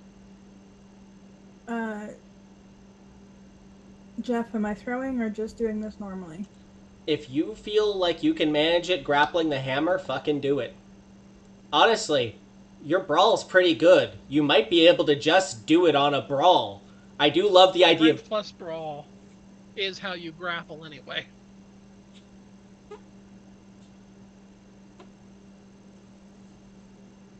You've muted yourself again, Lex. Oh, I'm just counting. So, while they're working on that, Kit, on your person, anywhere on your body, do you have a piece of steel? Let me check the. You're telling me a cowboy has 0 pieces of steel on his belt buckle anywhere? Oh yeah, no, I probably have steel in a number of places of like for like my belt buckle and various other like little parts of my clothing. Sure. Do you have a knife on you? Do you carry a knife? Like a pocket knife? Yeah. Thank probably. you. Anyways, we'll get back to that in a minute. Oh, after Kinsey goes, but before the Lord of Tales goes, I shoot the track just above the thing with my sniper rifle. You know what? I've already rolled, but I'll allow that in order to get a reroll. So make a dexterity plus firearms check. And if you can do it above 10 successes, then I'll say that you've successfully altered the path of the track, and I will reroll. Because I was going to remove the bell was the thing. That was what I was trying to do. I'm sorry. I that was my joke. I was going to pull the bell off with Primal Glory and make it so he couldn't ring the bell. That was the joke. Then it would have simply have been who wins, whoever gets higher. Okay, so it's 9, 10, and then the sniper rifle, which is dun, shot right now. That's not helpful here. Sorry, just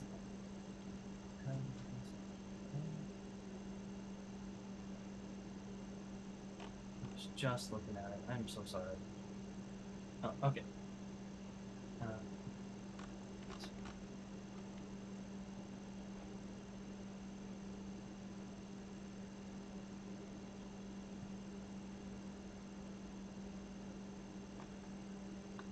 Okay, so that is 6 successes plus 5 damage rating. So 11.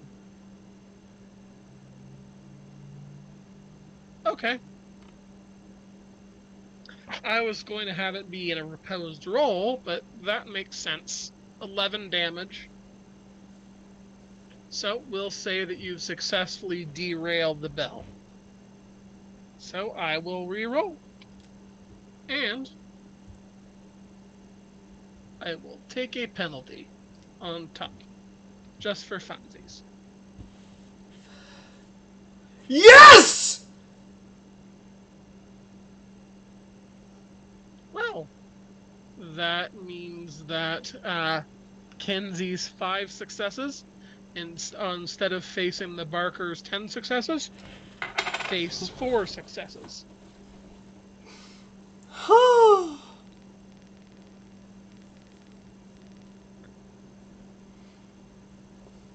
The Barker hits the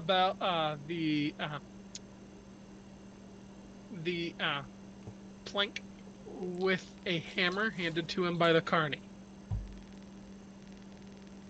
The bell soars 50, 60, 70 feet, but loses momentum around 85.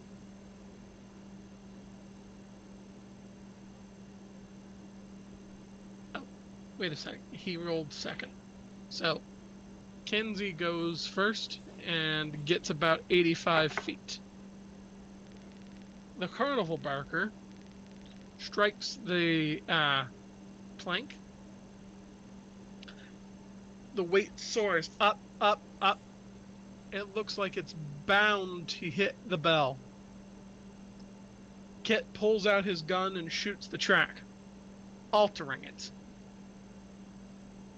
What was once a straight shot at the end now has a divot in it.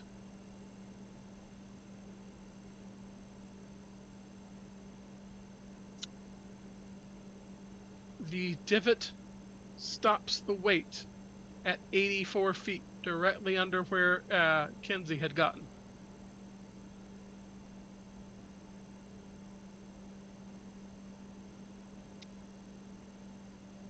The barker is silent for a moment.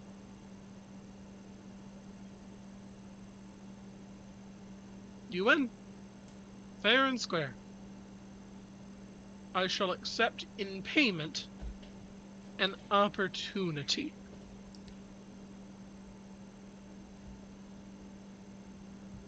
I reach out my hand to him. Pleasure doing business.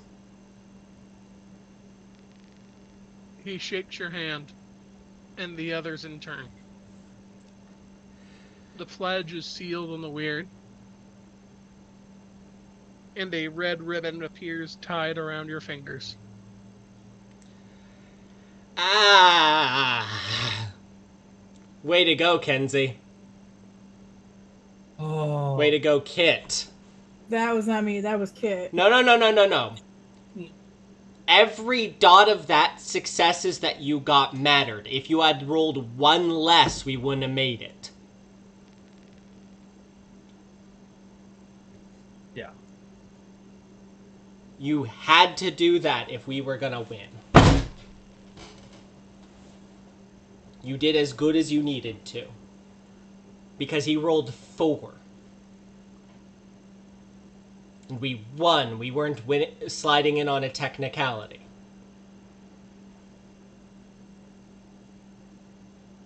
The barker leads the three of you back to the big top and up to as high as his office.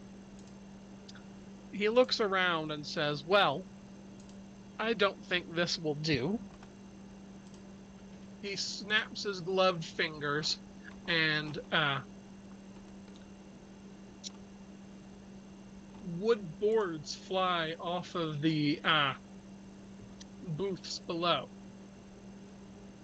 and put themselves together in midair to make a spiral staircase leading out the window and up, up, up, up.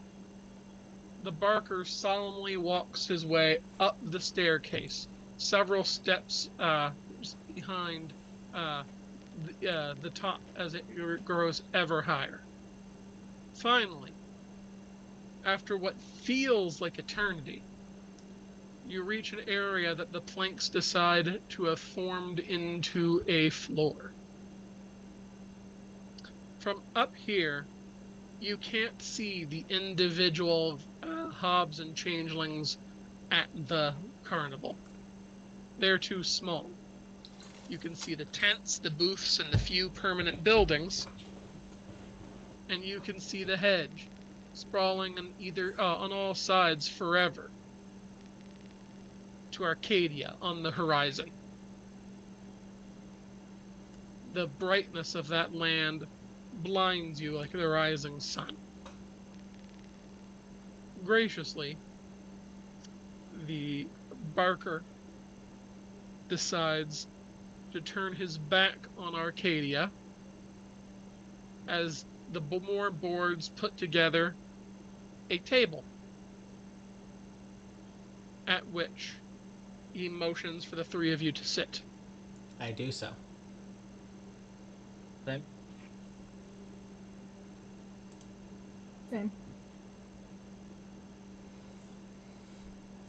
The barker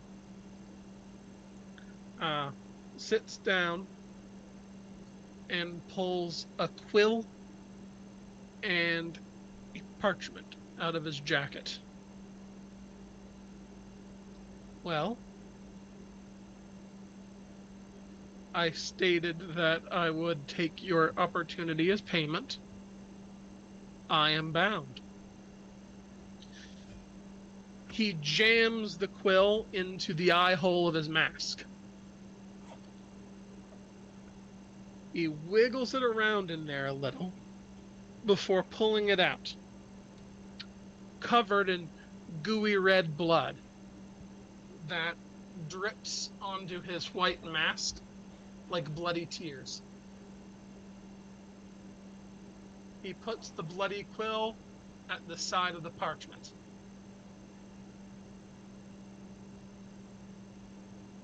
What do you want to say? Am I writing or speaking? Simply speak. We bring a matter before the weird in the case of your contract with the Lord of Tales as he currently operates within Arcadia. He has been granted his status as the Master of the Grand Library only so long as he expands its collection of knowledge, and that collection of knowledge has substantially shrunk. Nor do I believe is he expanding its collection nearly as regularly, nor as much as is intended by the contract.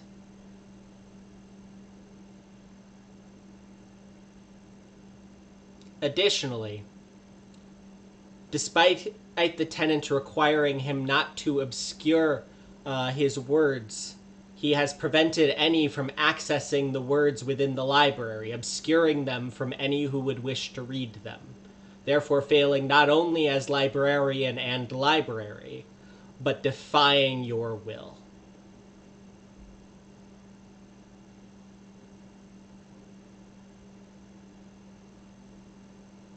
The Barker looks at the other two of you.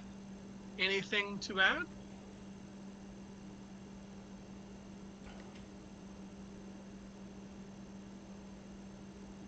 It's totally uncool of him to keep books from the public.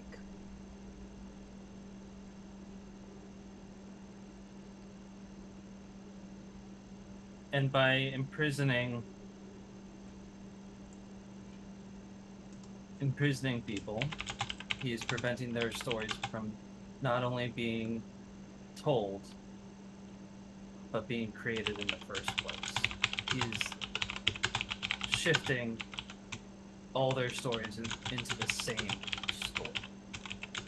He's actively destroying stories every time he imprisons someone.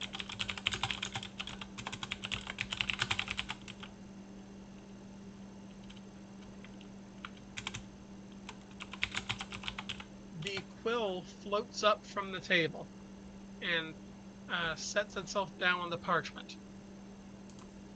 In a florid hand, it writes two words: the audacity. Truly, how dare he?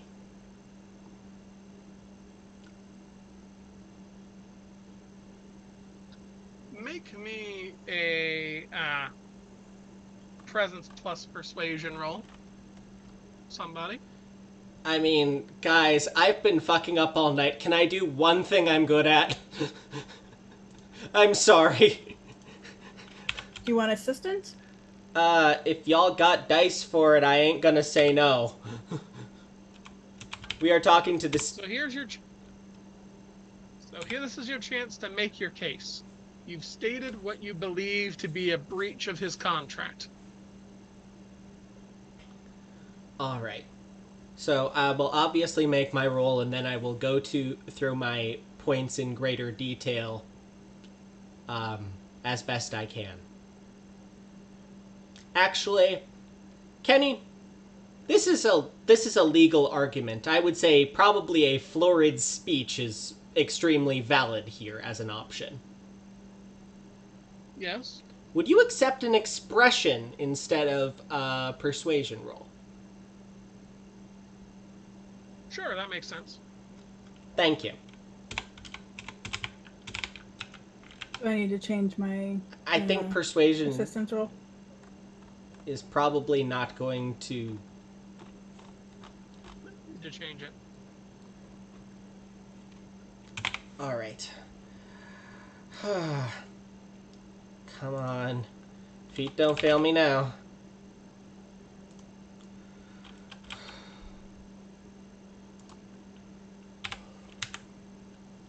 Did Kit want to assist as well?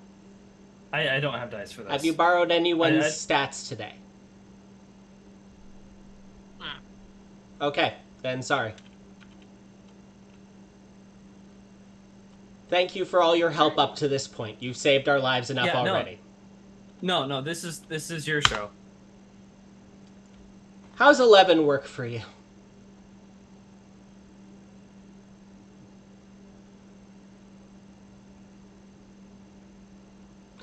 Anyways, but let's talk about the words.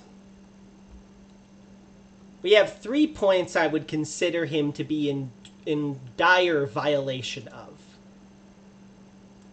All extremely important duties to do with his acceptance of his status as Master of the Grand Library. First, he is granted it only so long as he expands its collection of knowledge. And for any that was lost, he swore to replace it sevenfold. 1. I do not believe he has, throughout his entire career, increased the store of knowledge at a rate worthy of the title, nor at a frequency as required by these statements.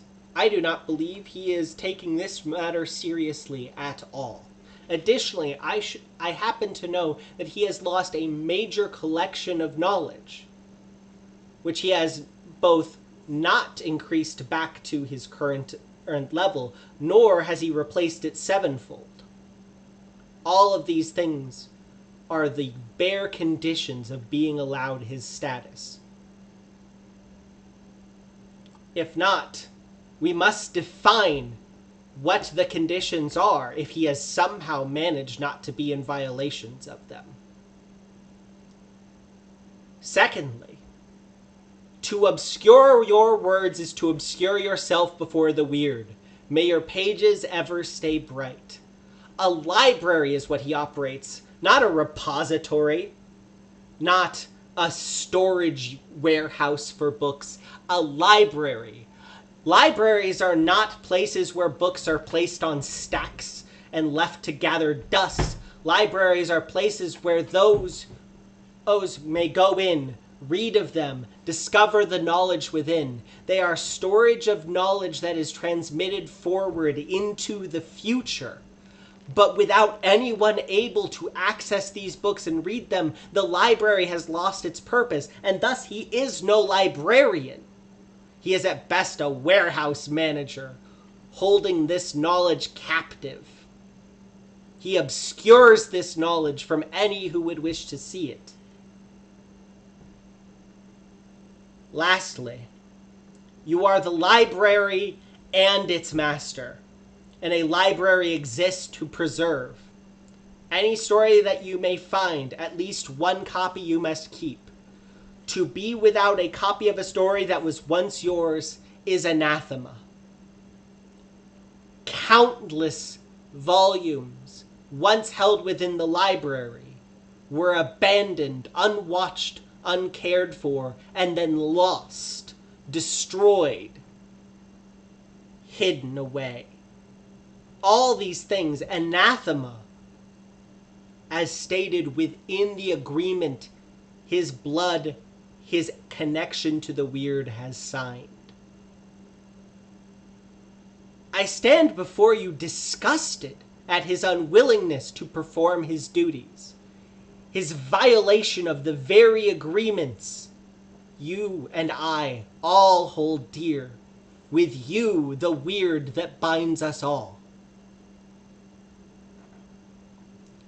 I fear that he is no librarian. He is no Lord of Tales. He is a warden of a warehouse. where books are left to be forgotten and rot in darkness. Is that truly the spirit of this agreement? Is that truly the letter of this agreement? Can he be said to be following his words at all? Such an oathbreaker must be punished.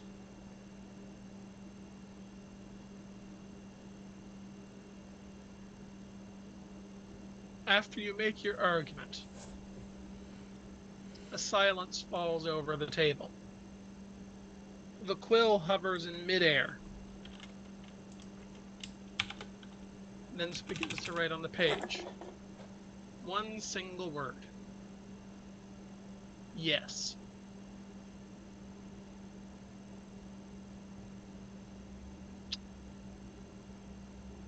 You can feel the platform rock a little and sway. When the three of you look down, you notice that thorns are growing along the hovering boards, growing up along the spiral staircase and across the table on which you sit. As the thorns spread to the center where the paper is, a flower blooms from the paper. And at the center of the flower is a scroll tied in red velvet. I reach out and take the scroll, untying it gingerly with shaking hands.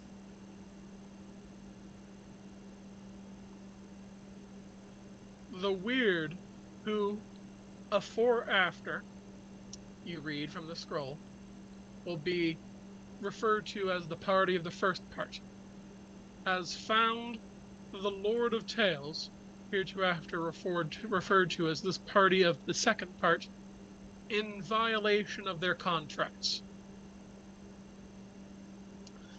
The party of the first part, thus, is dubious of the renewal of the party of the second part's contract.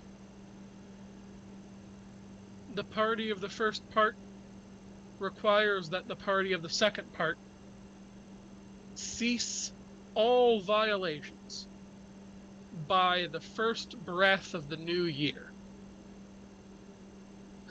Any further violation of the contract will render it null and void.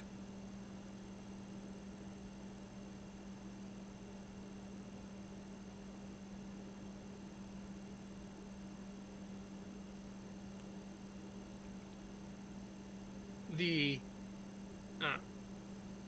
quill, still dripping with blood, moves away from the consumed parchment and simply writes on the table, "Deliver it." I shall. Thank you. I bow as low as I possibly can get, my head touching the floor. This is possibly the most grand, elegant gesture he has ever made in his entire life. And he is also scared out of his fucking wits.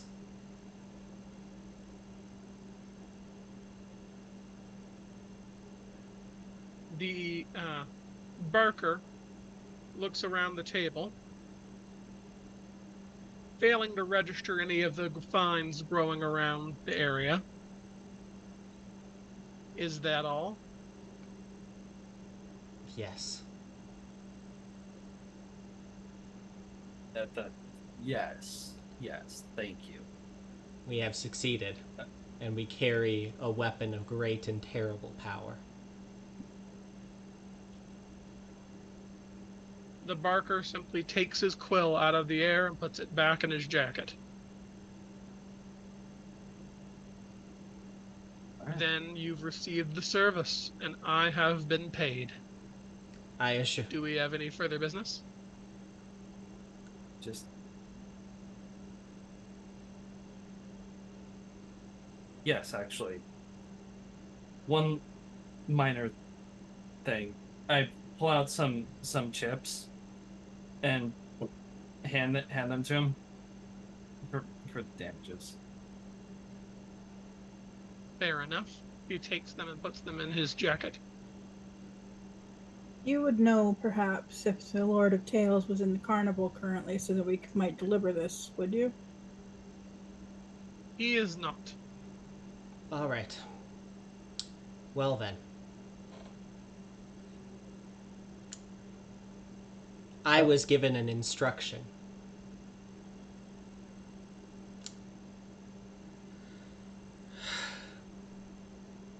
Let's go.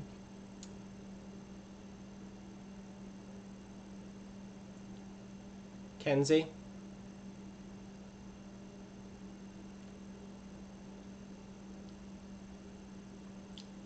Do you trust me?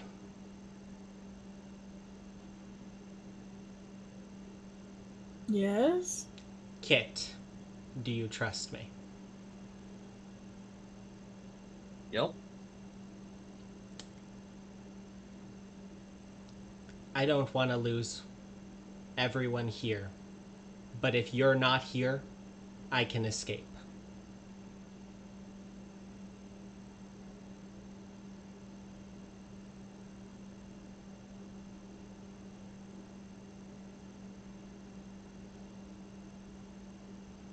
Would you,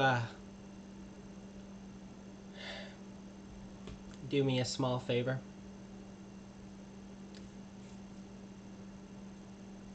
Could I have the mirror we keep in the bag of holding?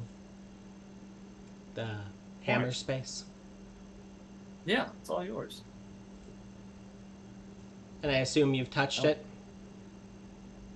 Oh yeah, of course. What time is it in game? It'd probably be around 10 p.m. in the mortal world. All right. So we're going to get to the head of the trod that Kenzie found into Arcadia.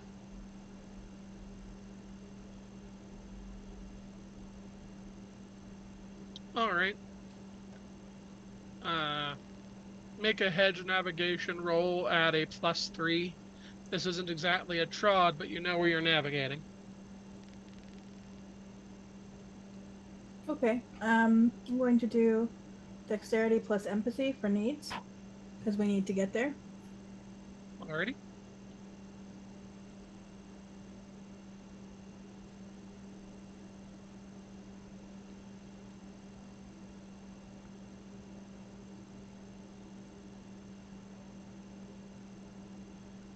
Make your roll whenever you're ready.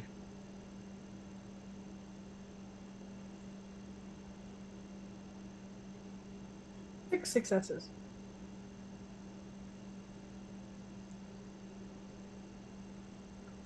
Usually the thorns of the hedge do their best to confuse or derail a traveler. But with the order from the weird in your hand, the thorns are as still as an actual thorn bush on the mortal side of the world. The three of you are able to easily make your way to the area that Kenzie found, overlooking the back gardens of the Grand Library. Kit, I need you to leave the hedge.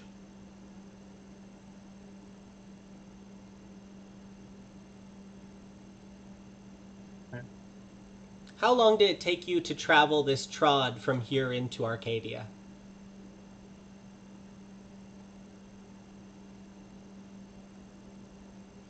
Five minutes?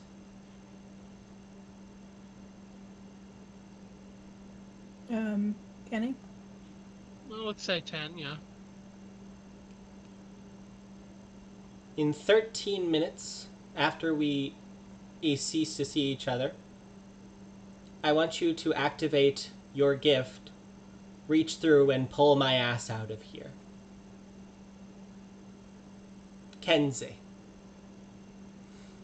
I am going to hand you a rope.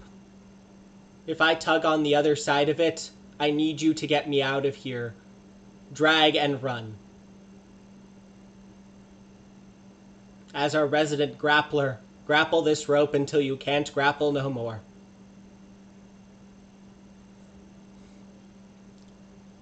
I was given the explicit instruction to deliver this.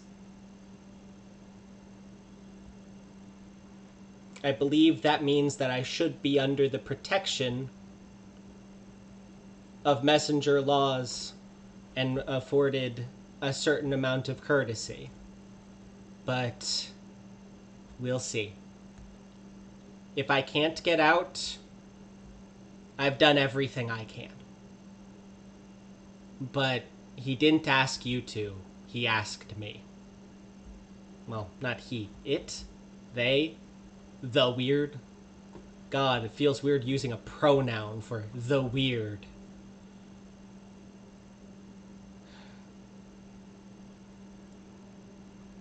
Alright, let's do this. I'll need to drag it out, yeah? I tap you on the shoulder. I don't know where you're going to step out of here into the real world, so you're going to have to find a mirror as fast as you can. I need you in 13 minutes. On the dot.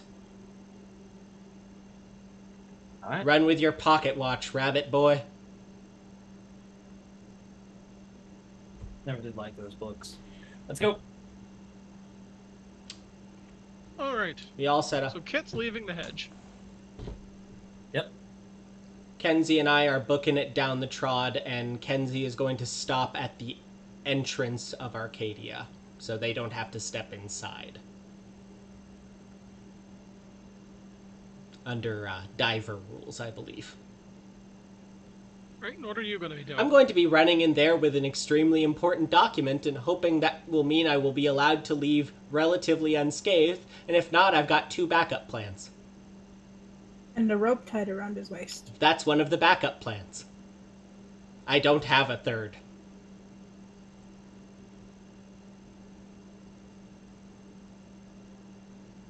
Alrighty. So, just walking in then? I'm a messenger. And if there's anything I'm good at, it's drawing attention and being extremely loud. Alright. I demand to see the Lord of Tales bearing a message from the weird itself. To deny me my mission is to oppose the weird itself. Bring him out to me.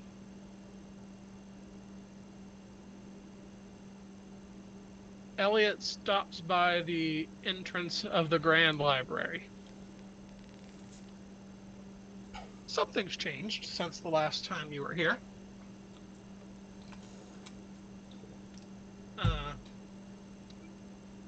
Where there was a small courtyard from the door, now in the middle of that courtyard there is the largest oak tree you've ever seen.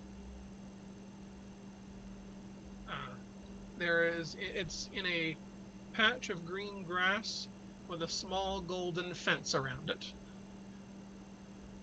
As you knock on the door and make your proclamation, we would swear that its branches are swaying in the wind.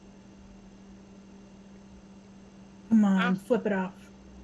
After a moment or two, the door is answered, and one of the librarians in masks that you saw on your way in listens. I'm not... It nods. Sorry, go on. It nods in agreement to your demand. And a moment later, the Lord of Tales, his robes billowing, his blonde hair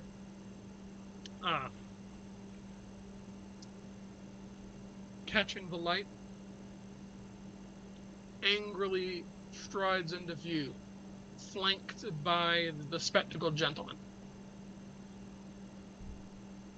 You can't see the gentleman's eyes. He has his head bowed. The Lord of Tales looks at you in shock. A message, I hear, from the weird. How would you get any such thing? Why else would I be here? Read it and you will know its authenticity as you know your bones.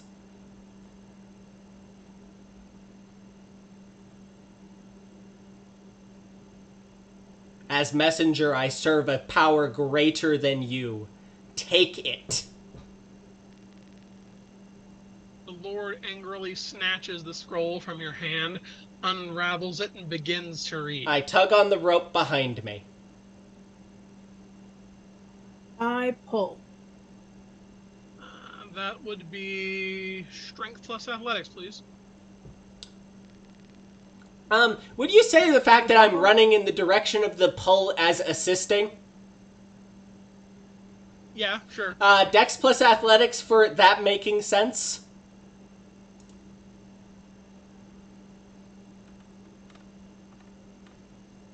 Yeah. Alright, thank you. Ah! Ah! Ah! Ah! Ah! 3 successes. It's all I got for you.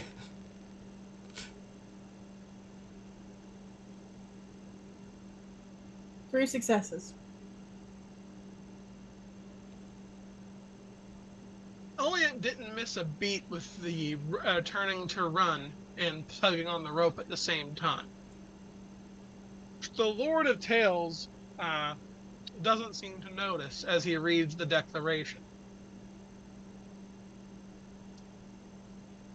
You're past the tree and well on your way through the grounds when you hear the reaction. The Lord of Tales screams in anger, frustration, pain, maybe all three. After a moment or two, it's underscored by the shattering of the glass of the library dome.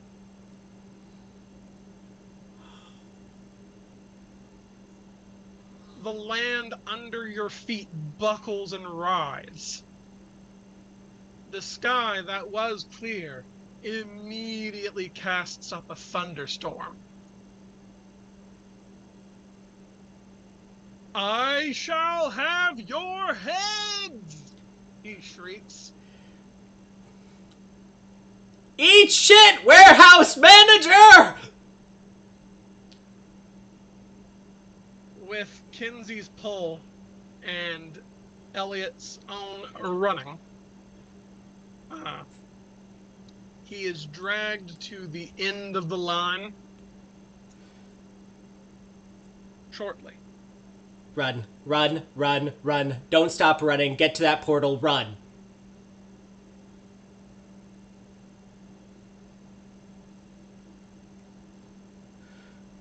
I do not at any point stop. I do not slow down. If anything, I pick up speed as we exit into the hedge, heading back towards the portal where, or anywhere else we could activate one to get the fuck back into the Ironside. Because if he's gonna chase me in Ironside, at the very least, he's gonna be doing worse there. Alright, you guys get, Kit, are you gonna set up the portal that they asked? Has it been 13 minutes? I would think so. It is a legal document. It takes a while to read. All right. Yeah. It also took me 13 some time minutes? to get to the door. I'm guessing it's going off. Alright. On the exact second it ticks over to 13 minutes. Opens up. I reach in, grab grab Kenzie's hand, and we fucking fall through. The two of you skid through the mirror and into the mortal world. Right behind you, you can hear the hoof beats as you turn around through the mirror. you can see about 100 feet behind you on the trod, the Lord of Tales gives chase atop a white horse, one hand held high, glowing yellow in rage. I reach back How- to the mirror once we are on this side, activate my seeming benefit for 1 glamour, and cause it to cease to be a mirror by removing the glass from on back of the silvering. It is now a single piece of glass as a little orb in my hand, and there is no mirror here. And the hedge gate shuts in his face. You see only the back of the mirror. Where are we? Kit,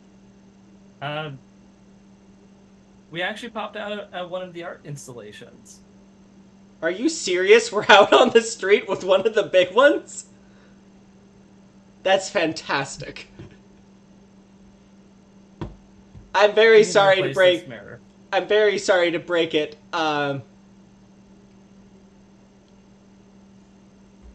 Tell your friends I'll have a new one up in 2 or 3 days, and a replacement as well. What? alright, so I think this is a good place to end. Ah! The Yeah. with the two of you having come out on the iron side and gathering a small crowd of onlookers, we'll close out. So who wants to do their aspirations? Well, I got 2 very I only have the 2, so I have stop the presses. Yeah, I think we delivered some pretty big news today. Yep. And a very weird life. Yeah, I would say that by conversing with the weird, I can take a beat towards that. Yeah. Mhm. That's all I got. I did not take any steps towards training the cats in Modern Warfare. However, I do think I stepped and cleared Irritate the Lord. Mhm. We took a step towards Written in Flesh because our pen nibs are made. I'd probably step and clear anything you can today. That's true. Step and clear. Yep. We did not rescue someone in need. Actually, you know what? Yes, we did. That goblin was in need of a new mask. You anti-rescued him. Actually, No, no, you saved my ass! The Oh, that's Also- true. Also, the carnival barker. We're setting him up to be rescued from his exile, Potentially. potentially. It should go And without I saying wanna we're going fight to with the sabotage hedge. that too. Alright, that was me. Make some arguments. If there's anything I accomplished today, I think that's one of them. And I've been Oh, yes. literally been waiting to deliver this way. Step right up is stepped and cleared. Because we dealt with the carnival barker today.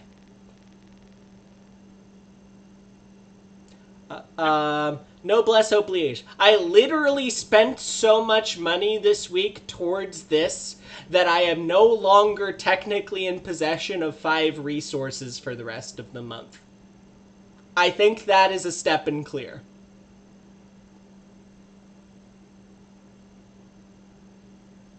Yep. Close the book. I have done everything short of the last minute preps for fucking over the Lord of Tales.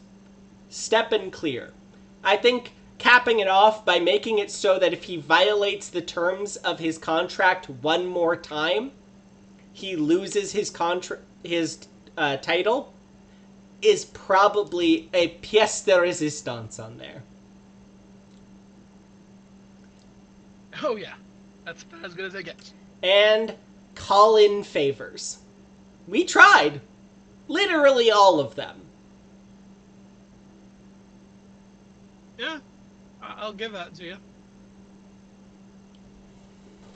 With that, I step and clear every single thing I have, and I have no remaining aspirations. All right. Well, thanks everybody for showing up.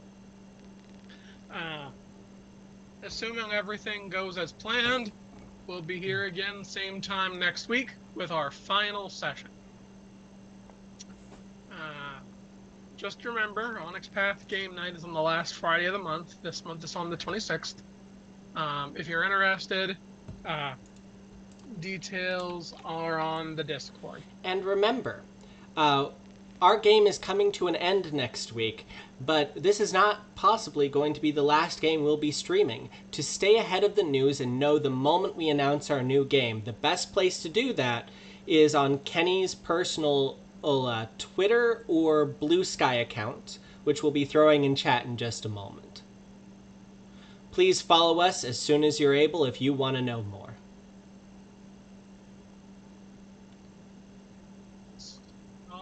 Getting that on here. All right, and with that,